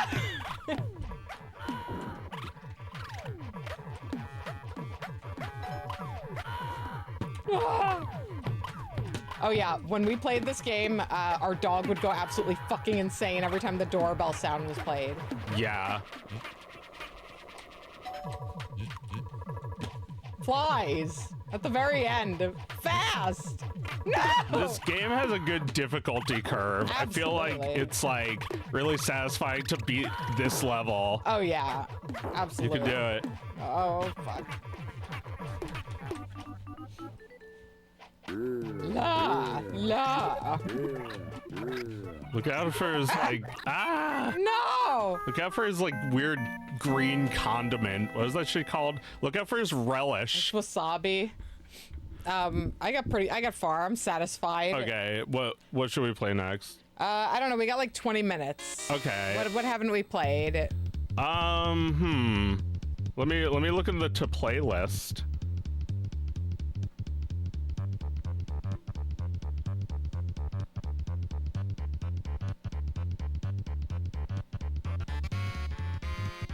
There's a We huge could do list. some more Ocarina of Time. Yeah, sure. Symbalisto says there's a huge list of games that use the Super Nintendo mouse. All right, let me think of all the ones I know. Liberty or Death. Lemmings game. Good shit. There was a Looney Tunes cartoon maker. Yes, we had that. That's all that there was.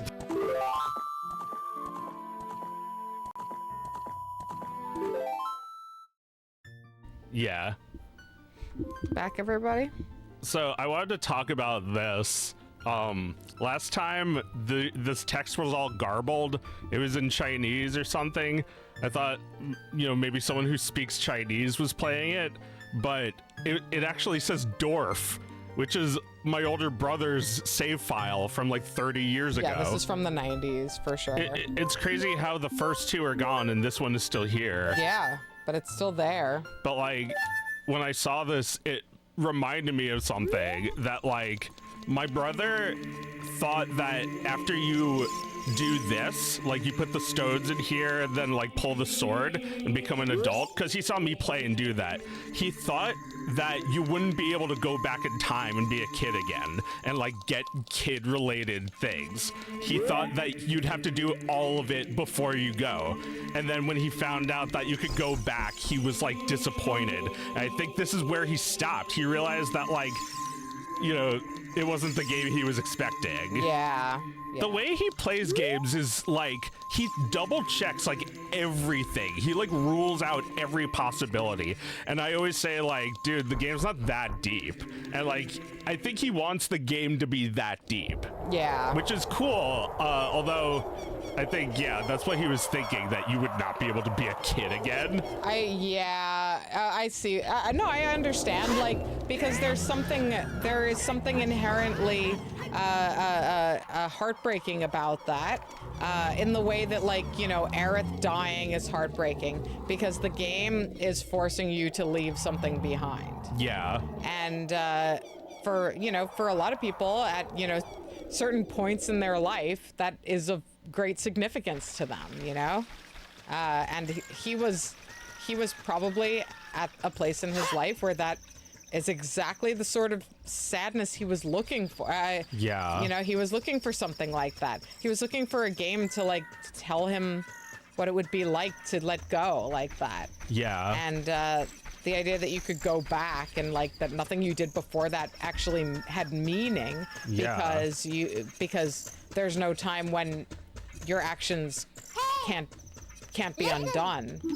That just spoiled the whole feeling that you were growing up, that you were becoming an adult in this game. Yeah. Well, that was him. For me, you know, he was 18 and I was 10. So, like, it was really more for me than for him. And, you know, I'm not sure. He might have actually played through this game, but I'm not sure if this was, like, his favorite. I think he liked the old games, the unfair ones, like Zelda 2. Zelda 2 is so fucking unfair. Yeah, well, it is. Maybe he figured like it would be as demanding, but you know, Nintendo is trying to branch out. Yeah. They're like making all their aesthetics look super edgy, but all their games are for kids. Yeah. It's like, I don't know if anyone was disappointed. I wasn't, because it was, you know, for me, I guess. Yeah. I got this music.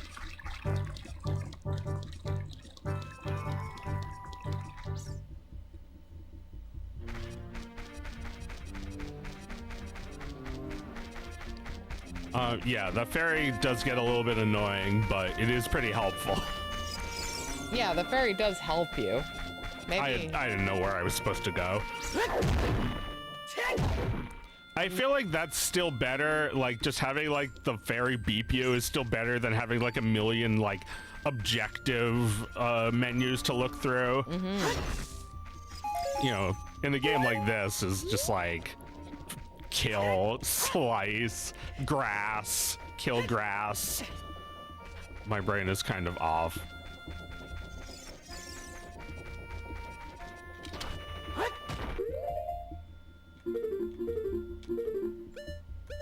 This is weird. The game is glitched. These icons are in Japanese, and they're all fucked up. Maybe the game is barely able to remember this data because it's so old. There might be some irregularities in the game. I don't know if it's because it's old, but maybe. The cartridge I thought it was because it's dirty. Maybe, but I like to think that the cartridge is struggling to remember. It's like a really faded memory. Yeah, we're capturing it on film.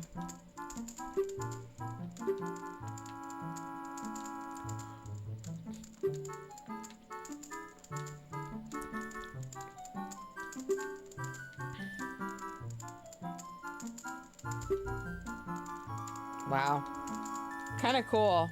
We're playing our brother's haunted game. Yeah. Well, there was like a YouTube thing about a haunted game like 15 years ago, and there's been 100 million things about that since. That's like a very big genre of like YouTuber horror video where it shows gameplay footage that looks slightly off, and then like the game crashes and then something screams, or like, you know, scary. something is just like kind of like eerie, like the wrong sound effect will play.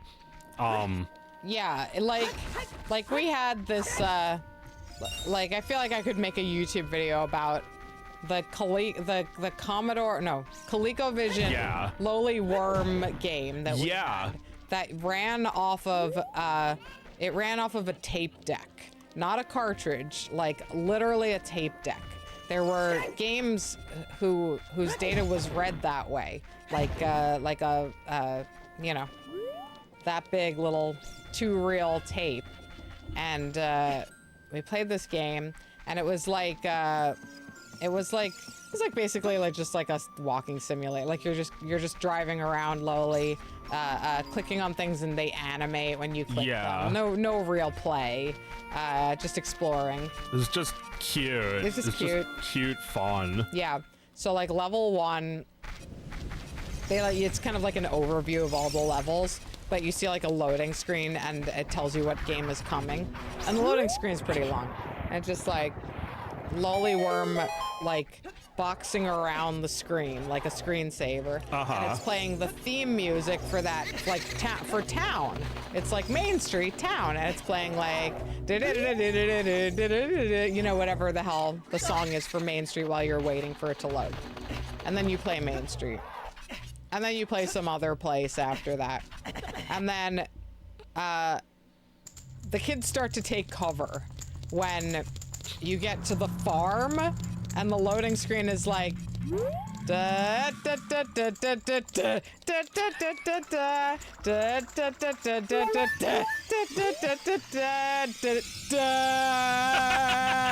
just red death. Oh my god, it was red. It was many colors, but it would eventually turn red. Oh man. Yeah, and how does that happen? It was just like a part of the tape got tangled up or something? Yeah, something like that. Our parents could not fix it. So we played the first 2 levels of that game and then scrambled for like, you know, the other side of the couch when that shit came on. Or just ran to turn the TV off. That's always fascinated me ever since back then.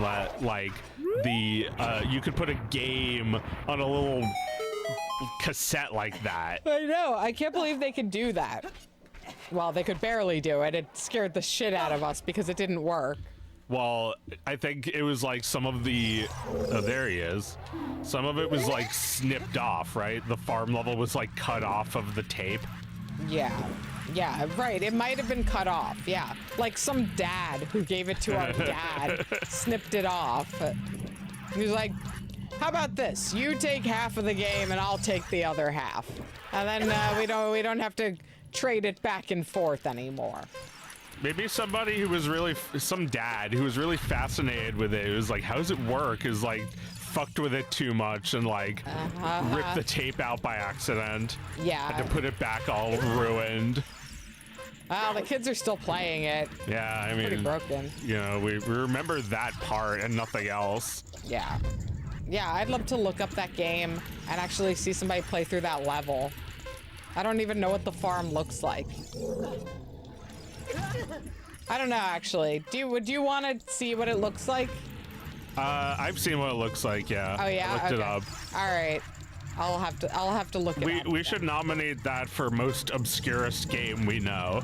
Most obscurest game we know, the Lowly Worm Coleco game. I mean, there's like, you know, there's Mitzvah Mania. That's got to be the most That's more obscure. Game. That is the most obscure game. That is the most obscure game we know. We played it in Hebrew school, and it was like a game where you like... Now it's unobtainable. What was it? And now it's unobtainable. Yeah, it doesn't exist anymore. If anyone ever found this, I would scream. I would laugh myself to death.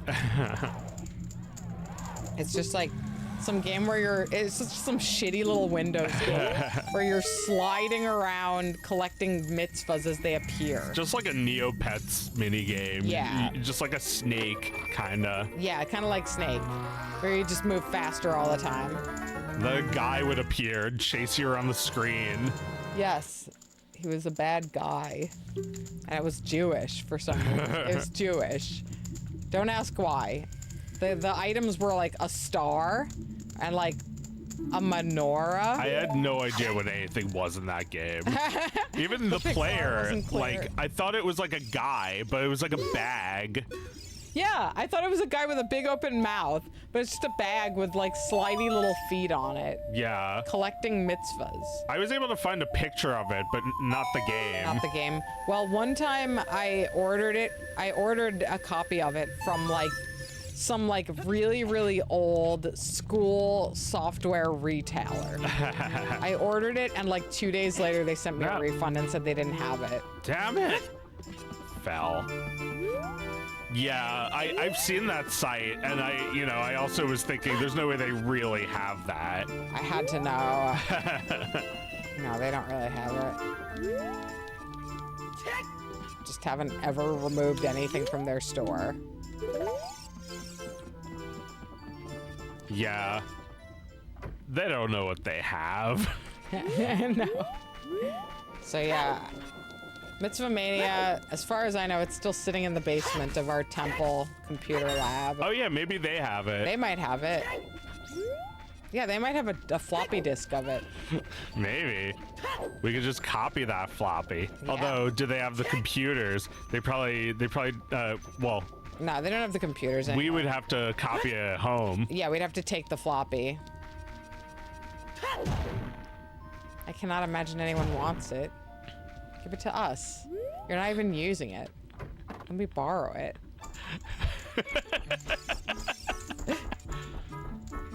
Let me borrow that game. Yeah. That's cute.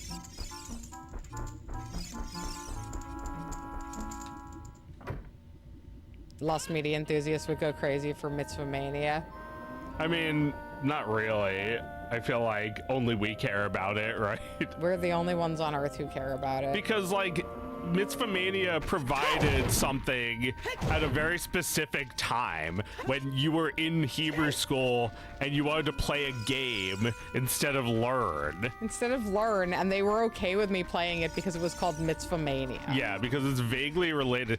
You know, I was watching a video about Oregon Trail, and it's just like this, where it's like kids could play that in school, and they were like excited about the hunting mini game. Yeah, they love the hunting game.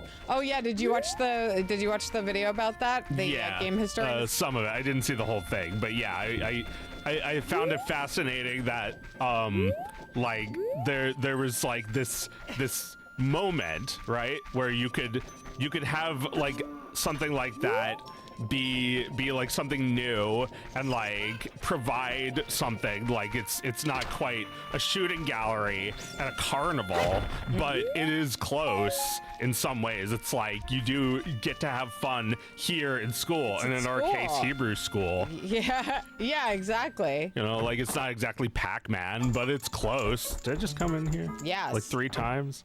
Yeah, it'll do the job. It'll entertain you, or you can play. You know, it'll entertain you until whatever kid was using Kid Pix is done. Okay, that fucking reminded me, because Kid Pix was only on the one computer. It was on the computer that was good enough to run Kid it. Pix. Yeah. And it also had Mario Teaches Typing, and they were always playing that, and I never got a chance. So you know, the other computers had stuff like oh, I freed a guy. The other computers had Mitzvah Mania, so I played that. Shitty old Mitzvah Mania. Mouse practice. And Jerusalem Stones, which was also like kind of like a Tetris clone. Like a fake Tetris game, yeah. And how educational. Jerusalem Stone. Yeah, it's just got like Hebrew letters on it. It's not really educational. The point was that it was fun, and that, you know, it's kind of a boring place. Hebrew school especially. I was even bored at camp, and you know, computer lab, Oregon Trail, fun. Yeah, Oregon Trail fun. The thing that was so fascinating to me about that Oregon Trail documentary was the idea that initially computer games were experienced as printed readouts for most people. Yeah, that's weird to think about, but that's how it was. That a monitor was not really at the consumer level at all. I mean, a computer was barely at the school level, and if a computer was in school, you would input text, but you couldn't see it until the computer outputted a printed sheet with the result. So like the kids who were originally playing Oregon Trail, who were the first people to play it, because it was made by a teacher who was like moonlighting as a developer. And like Prince was there. Yes, Prince was there. as a child. And he was a fan. He loved the game. Yeah, he really liked it. He was staying after school playing it. But it was but all those kids were crowding into like the teacher's room because the teacher had the computer, and they would type in their command, and then it would print out a menu screen of choices. No screen. Fun. Like, how exciting was that for them? That shit's cool. It's like, I don't know. It's fun to use just like a calculator when you're bored in school. Like, just like fuck around with a calculator. Oh yeah, and add things. That's how I made my first games, on a calculator. Yeah. Yeah, I mean, you know, I would just like type shit, but yes, there was a version of Oregon Trail with no graphics. It wasn't until Oregon Trail was acquired by Mech, which was a government-funded video game studio. They were funded by the state of Missouri. Michigan. It was in Missouri? Was it Michigan? I thought it was Michigan. I thought they were in Minneapolis, but I might be wrong. Oh. Pretty sure though it was Michigan educational company something or other. Consortium. Yeah. Publicly funded video games. Yeah. Actual legitimately meant to educate children, even if it did throw them a little bit. Well, yeah, like it was saying how a lot of them did want to get to the end of the game. They cared about the people getting to the end. Yeah. Yeah.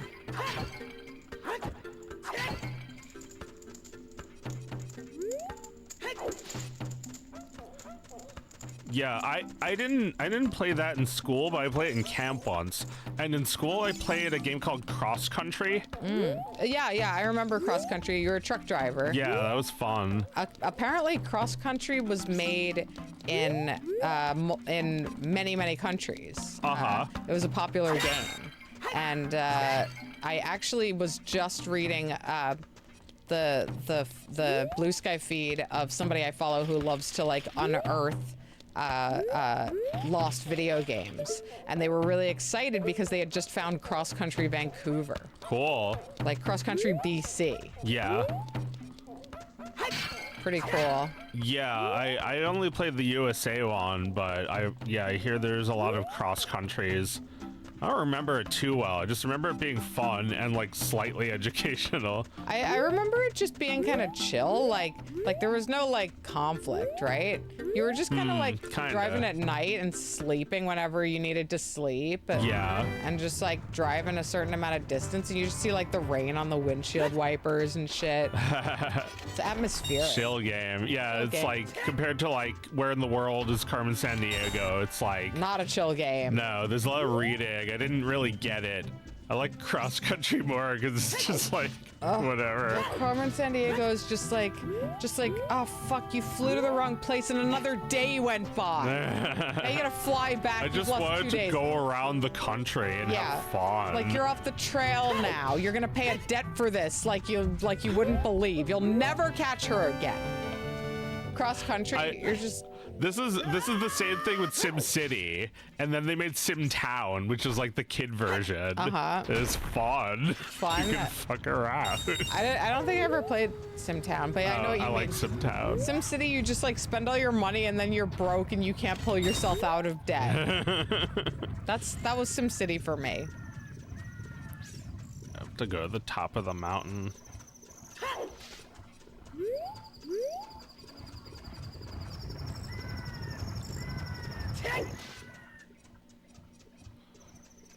We should wrap it up. Okay. I guess get to a point. Should I save this file? Oh man, that's a good question. Can you save it as another game, or do you have to continue this? No, I have to save over. You should continue it. Okay. Yeah. Let me get to a point, and then I'll save. There's Sheik is up ahead to teach me a song to help me like warp back here. They have a new Carmen Sandiego now. Ah, do people still play games like that? I don't know. Seems a little DEI to have a female crook. DEI game. DEI game. We're gonna find her. I hear she's in. I hear there's suspicious-looking characters in Peru. They said they were going hiking in the mountains. Great people on it. Best gamers.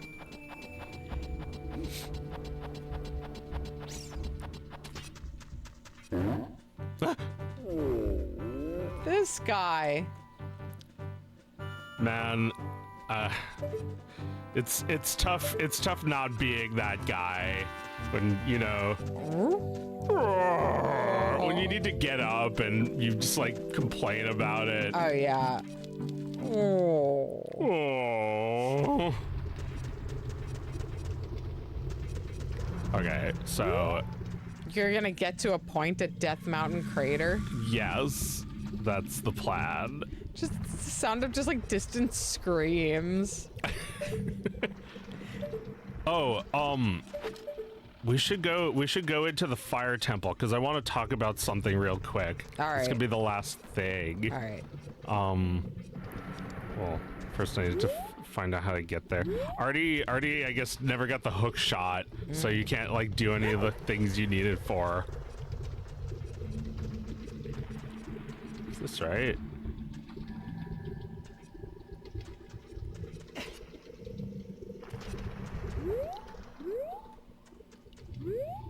I have to get down there.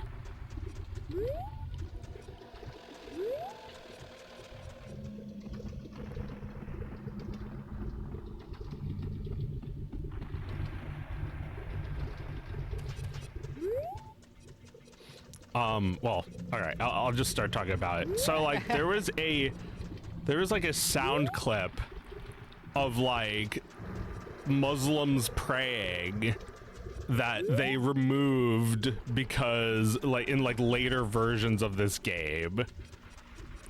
That Why? I don't know. I guess they thought maybe it was like offensive. Offensive? What, like after 9/11?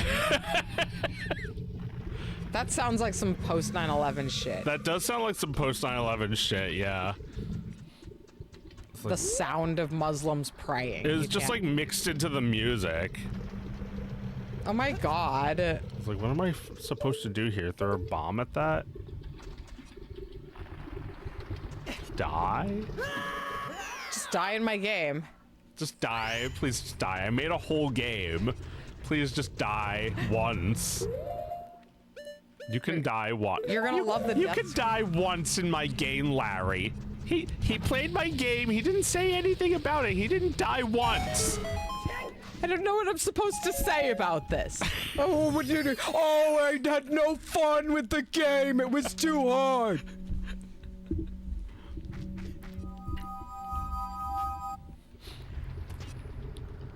I'm just saying, you're not a very good host. You want me to play the game? Fine, I'll play the game. Oh, that was so challenging. Oh, wow. I'm really glad I gave it another try. Oh, I'm so lost in Death Valley Crater. I can't figure out how to get down there.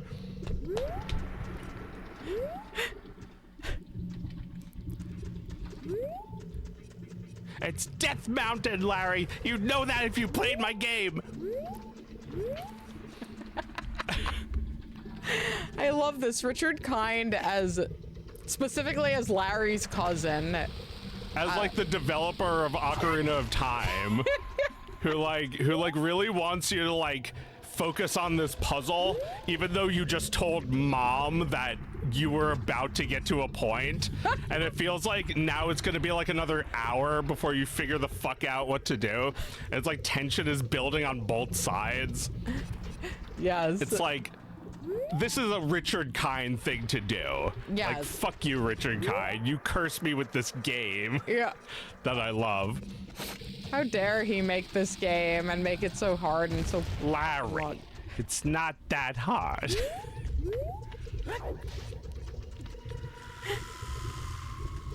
Okay, so that doesn't work. That bomb didn't work.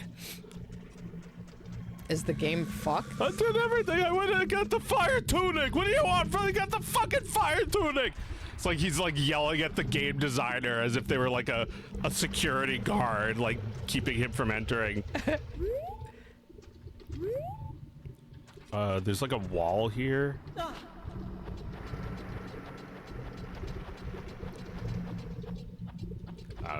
It's just a piece of heart. Yeah, not useful. Although it is permanent life. That's all.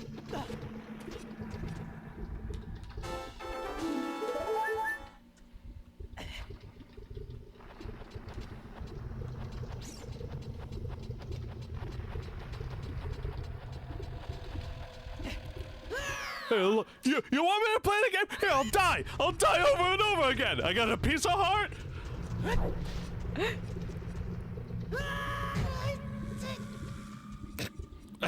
I love his Can't frustrated reach sound. that, right? No. Brother, what am I supposed to do? What are I you? played this game a million times. Yeah. Maybe I'm supposed to enter from somewhere else. Was this like a fairy fountain? That doesn't help. Your mom thought Larry David was dead. He's very much alive. He's not dead inside. No, Larry loves life. Larry's still got integrity. He's Larry's still got integrity. He's still got the same bald head. That's right, bald He didn't king. try to cover it up. No, he just went bald. He just went bald. Just live and let live. Live and let bald. He's a schlub. He's a schmuck. What do you mean a schlut? What do you mean a putz? He's a putz.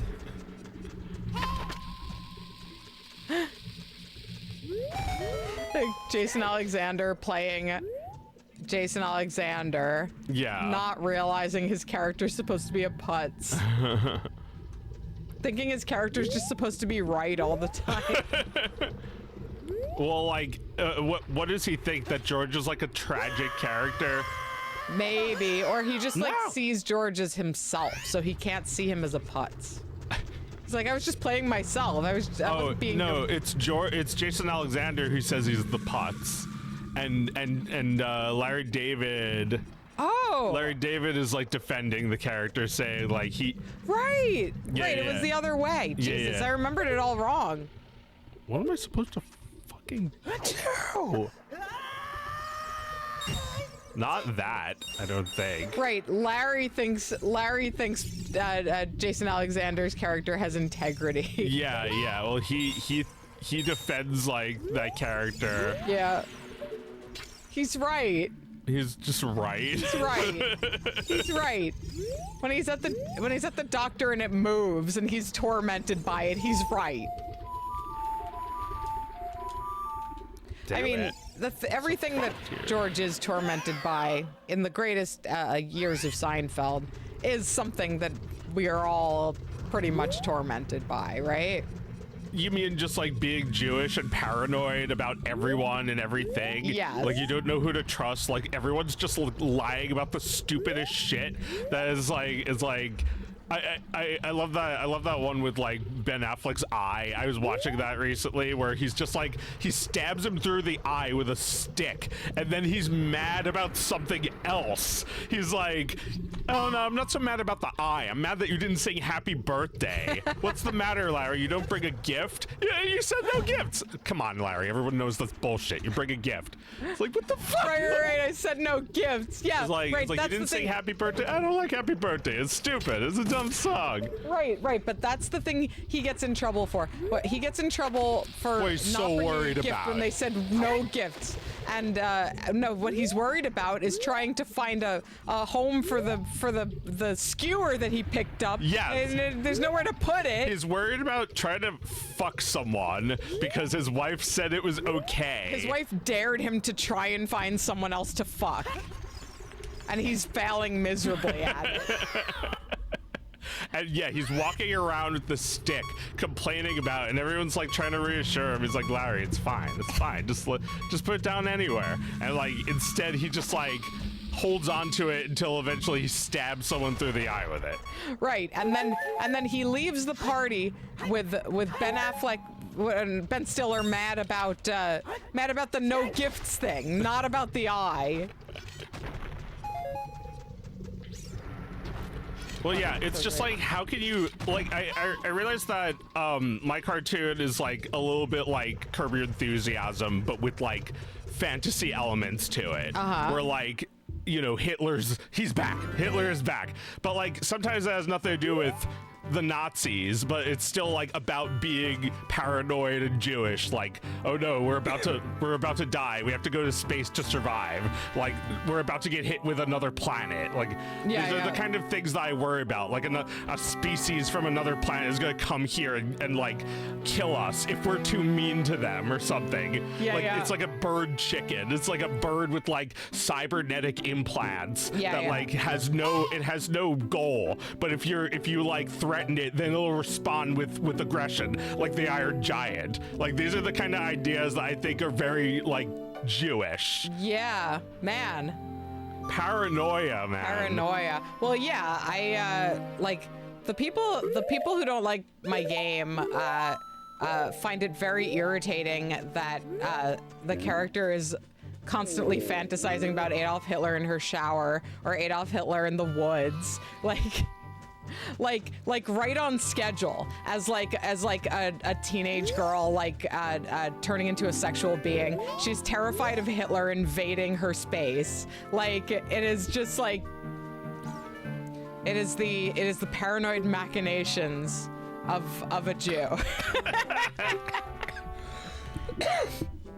Well, yeah, like, you know, we have these fantasies. Like, we can't see Star Wars the way George Lucas sees it. We have to see it like Spaceballs, where it's like the Nazis in space are both terrifying and incompetent. Yes. Because we know that the funnier thing is the true thing. Yeah. They're wearing like sexier leather in Spaceballs. Yeah, they're wearing like more sexual outfits where their balls are exposed for abuse. There's a lot of genital abuse in the Spaceball regime. In the which is a really good idea. Like, that is such a great like idea that no one outside of comedy would even dare to do. Yes. But that's just good sci-fi, I think. That's space Nazis, yeah. Yeah, and like punch them in the fucking balls. That's right. Oh fuck no, absolutely. Spaceballs is the one. It's like, who's he? He's an asshole. Like, they Oh my god.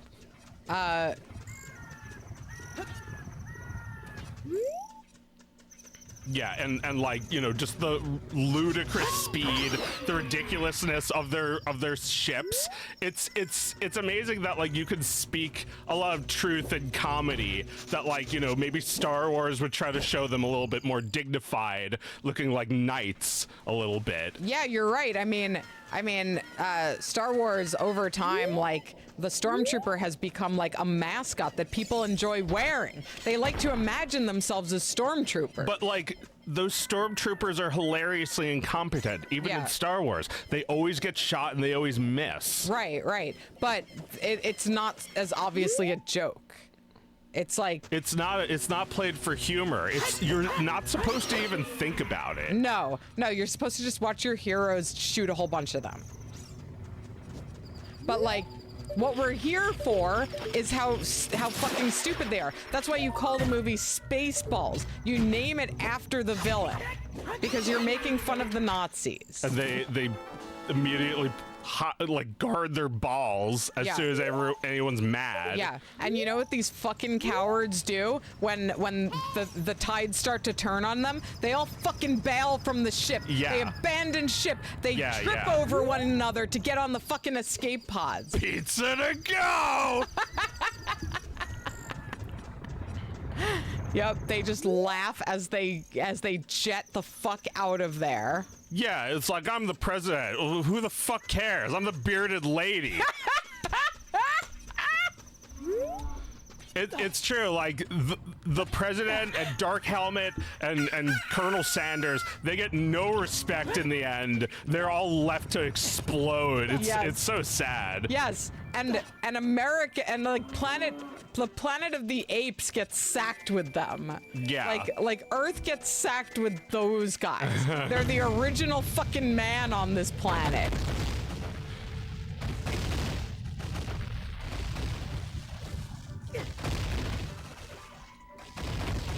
Ah, fuck, man. Spaceballs is the true Star Wars. I think it's true. Yeah, because, like, you know, like, the bad guys are kind of embarrassing.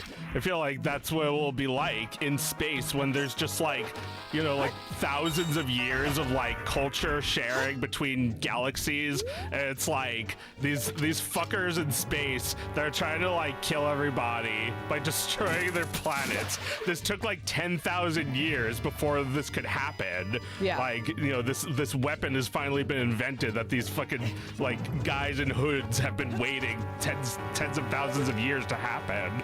Yeah. It's like they don't have any vision beyond that. And they kind of are, like, you know, like, incoherent when you talk to them. Yeah. Yeah. Right. They can't even string a fucking sentence together. They're so stupid. But they have the weapon. They have the weapon to, like, strangle people out of their air. Yeah. To, like, gas an entire planet. Well, yeah, the Spaceballs take the air. And they suffocate the planet. Yeah, sorry, I thought you were talking about the neck hold thing. Oh right, yeah. They also strangle each other, but they gas the planet. Like, yeah, they take all their air. They keep it in little fucking aerosol cans because they can't keep enough air around to sustain themselves. Yeah. Yeah, that is fucked up. I never even realized that, like, they suffocated a whole planet of Jews. Yeah. Space Nazis. Yeah. And that's, like, you know, not something that they would ever say in Star Wars. No, they wouldn't. They would show a planet being destroyed, and, you know, Princess Leia is kind of Jewish too. She's from the planet of Druidia, and she's a Druish princess. Like when Star Wars wants to make reference to something like this, they call a character a Jawa, right? A Jawa is like the little dink guys. Oh wait, okay. Which is the one who's like a stingy merchant? Oh, you're talking about the prequels. That doesn't count. Okay, all right. So they didn't have an anti-Semitic character in the original trilogy. Maybe, I don't think so. They didn't have. I mean, they had Jabba the Hutt, but is he a Jew? No. Oh, Fred's here. Yo. He doesn't think we see him because we were so enthusiastically talking about Spaceballs. Spaceballs, yeah. Well, yeah, Spaceballs speaks the truth. I mean, like, Star Wars itself is kind of Jewish. Like the main cast's a lot of Jews. Yeah. Like, I feel though that, like, from the perspective of the Jewish director, you get all these great ideas, like that, like they are these fucking idiots, and it is played for comedy, but I feel like it's also would be more true than Star Wars portraying people like Darth Vader as like sort of dignified warriors, where like they would actually be this little fucking wuss like Joseph Goebbels, played by Rick Moranis. Yeah, yeah. Like extremely punchable faces on these motherfuckers. Right, that you just want to smash through his fucking helmet, like 5 layers deep into his fucking helmet. Yeah, there's just no end to the smashing of this guy's helmet. And he's pathetic. Yeah, you're like playing with his dolls. Playing with his dolls. This is what they're like. This is what space Nazis would really be like. Yeah. Oh, kiss me. No. Ah, no. Ah, yes, yes. I hate you. I love you. Your helmet is so big. Sir! What did you say? I didn't say you playing with your dolls, sir. Hello to everyone. We were gonna wrap it up, but I guess we'll talk about Spaceballs a little longer.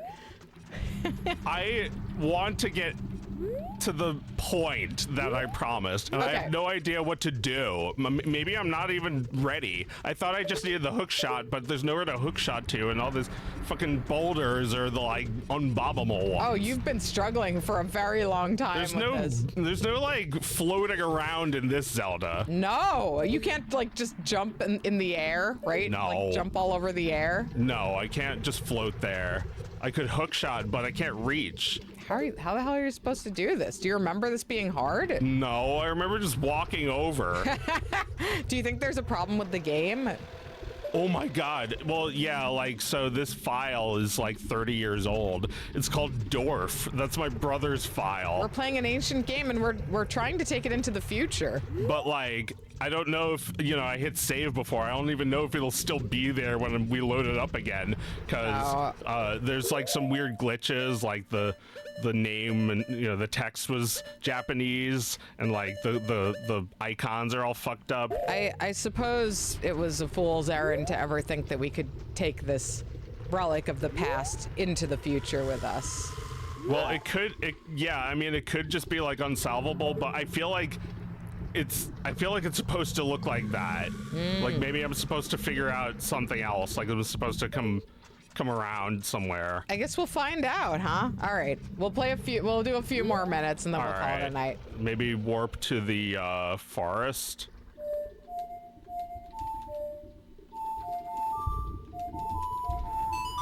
Oh wait, that's not the right song.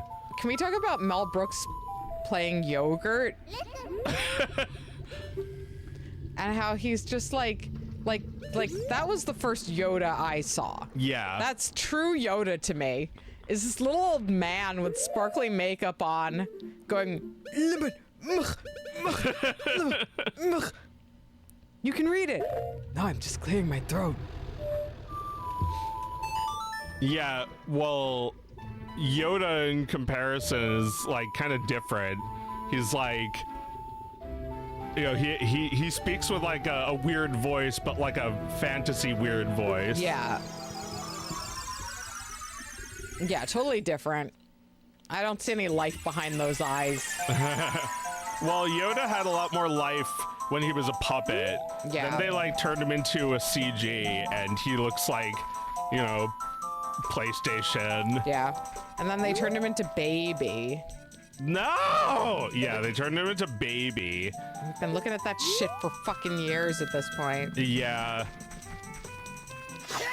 Oh man, the other day. All right, I think this is my last new thing I'm bringing to the show tonight.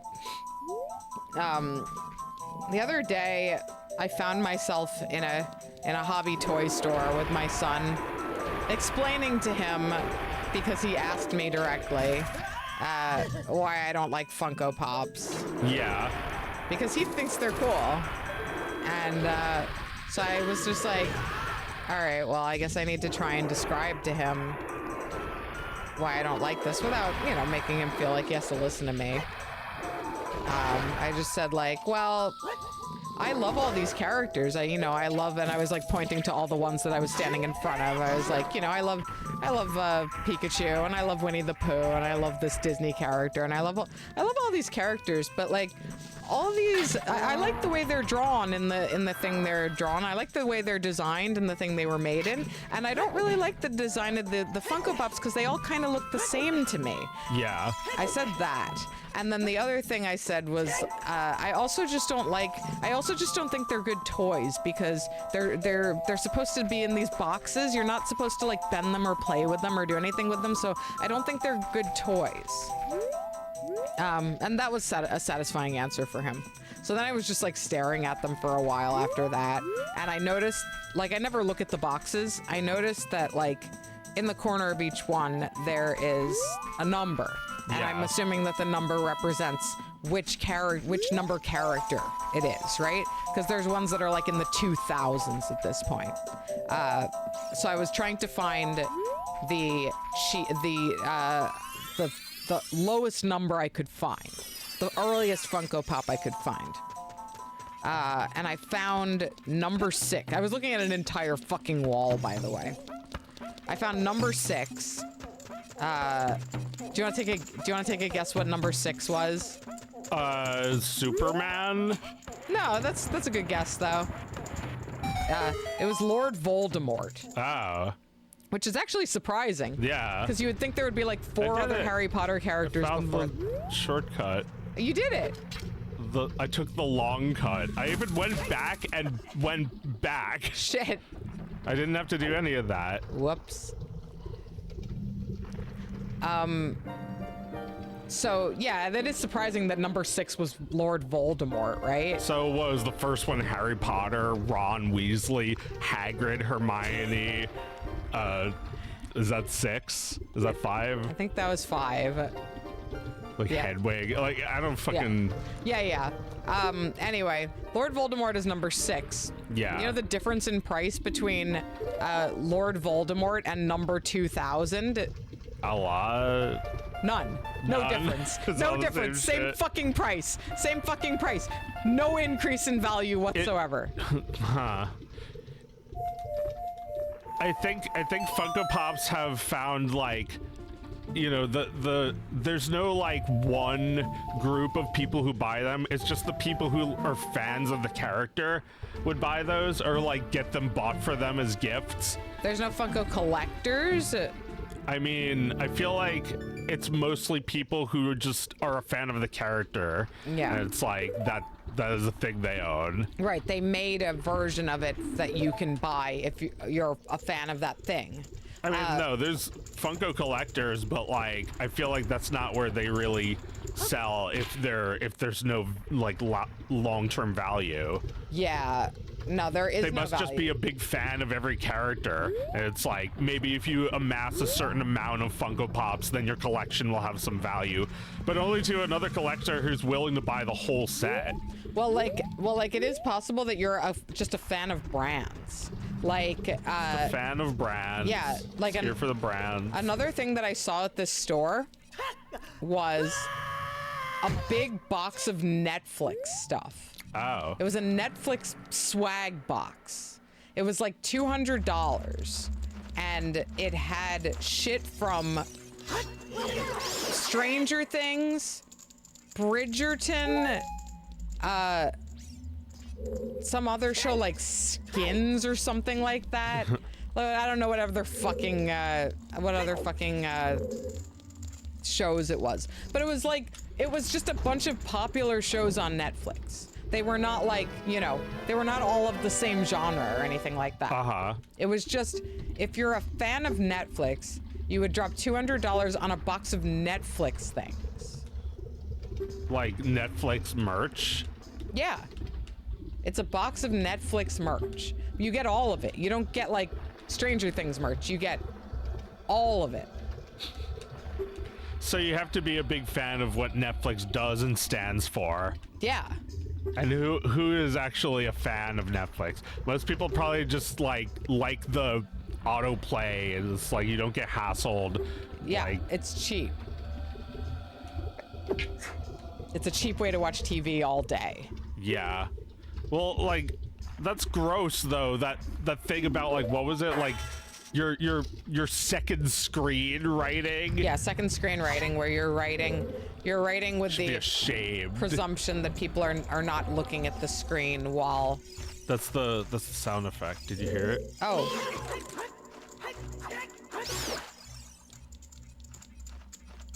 It's like this is an old game, so it's like the original version, but like the later versions got rid of the like praying. They thought it might be offensive or something. Offensive?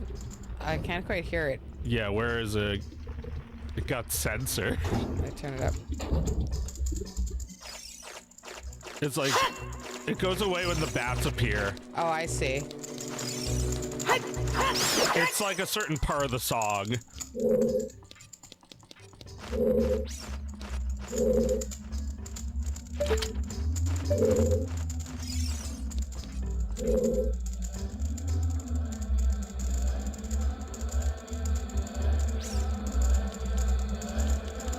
So yeah, they got rid of that. I mean, they're not like obviously saying anything. No, it's just like mixed into the mix. That's so strange. Yeah, no. it's a Post cool 9/11 effect. brainworms. Absolutely. Fucking freedom fries. Are you at a point now, Joe? I'm at a point. All right. We're going to call it a night. Thanks for watching, everyone. We'll see you next time. Later. Bye.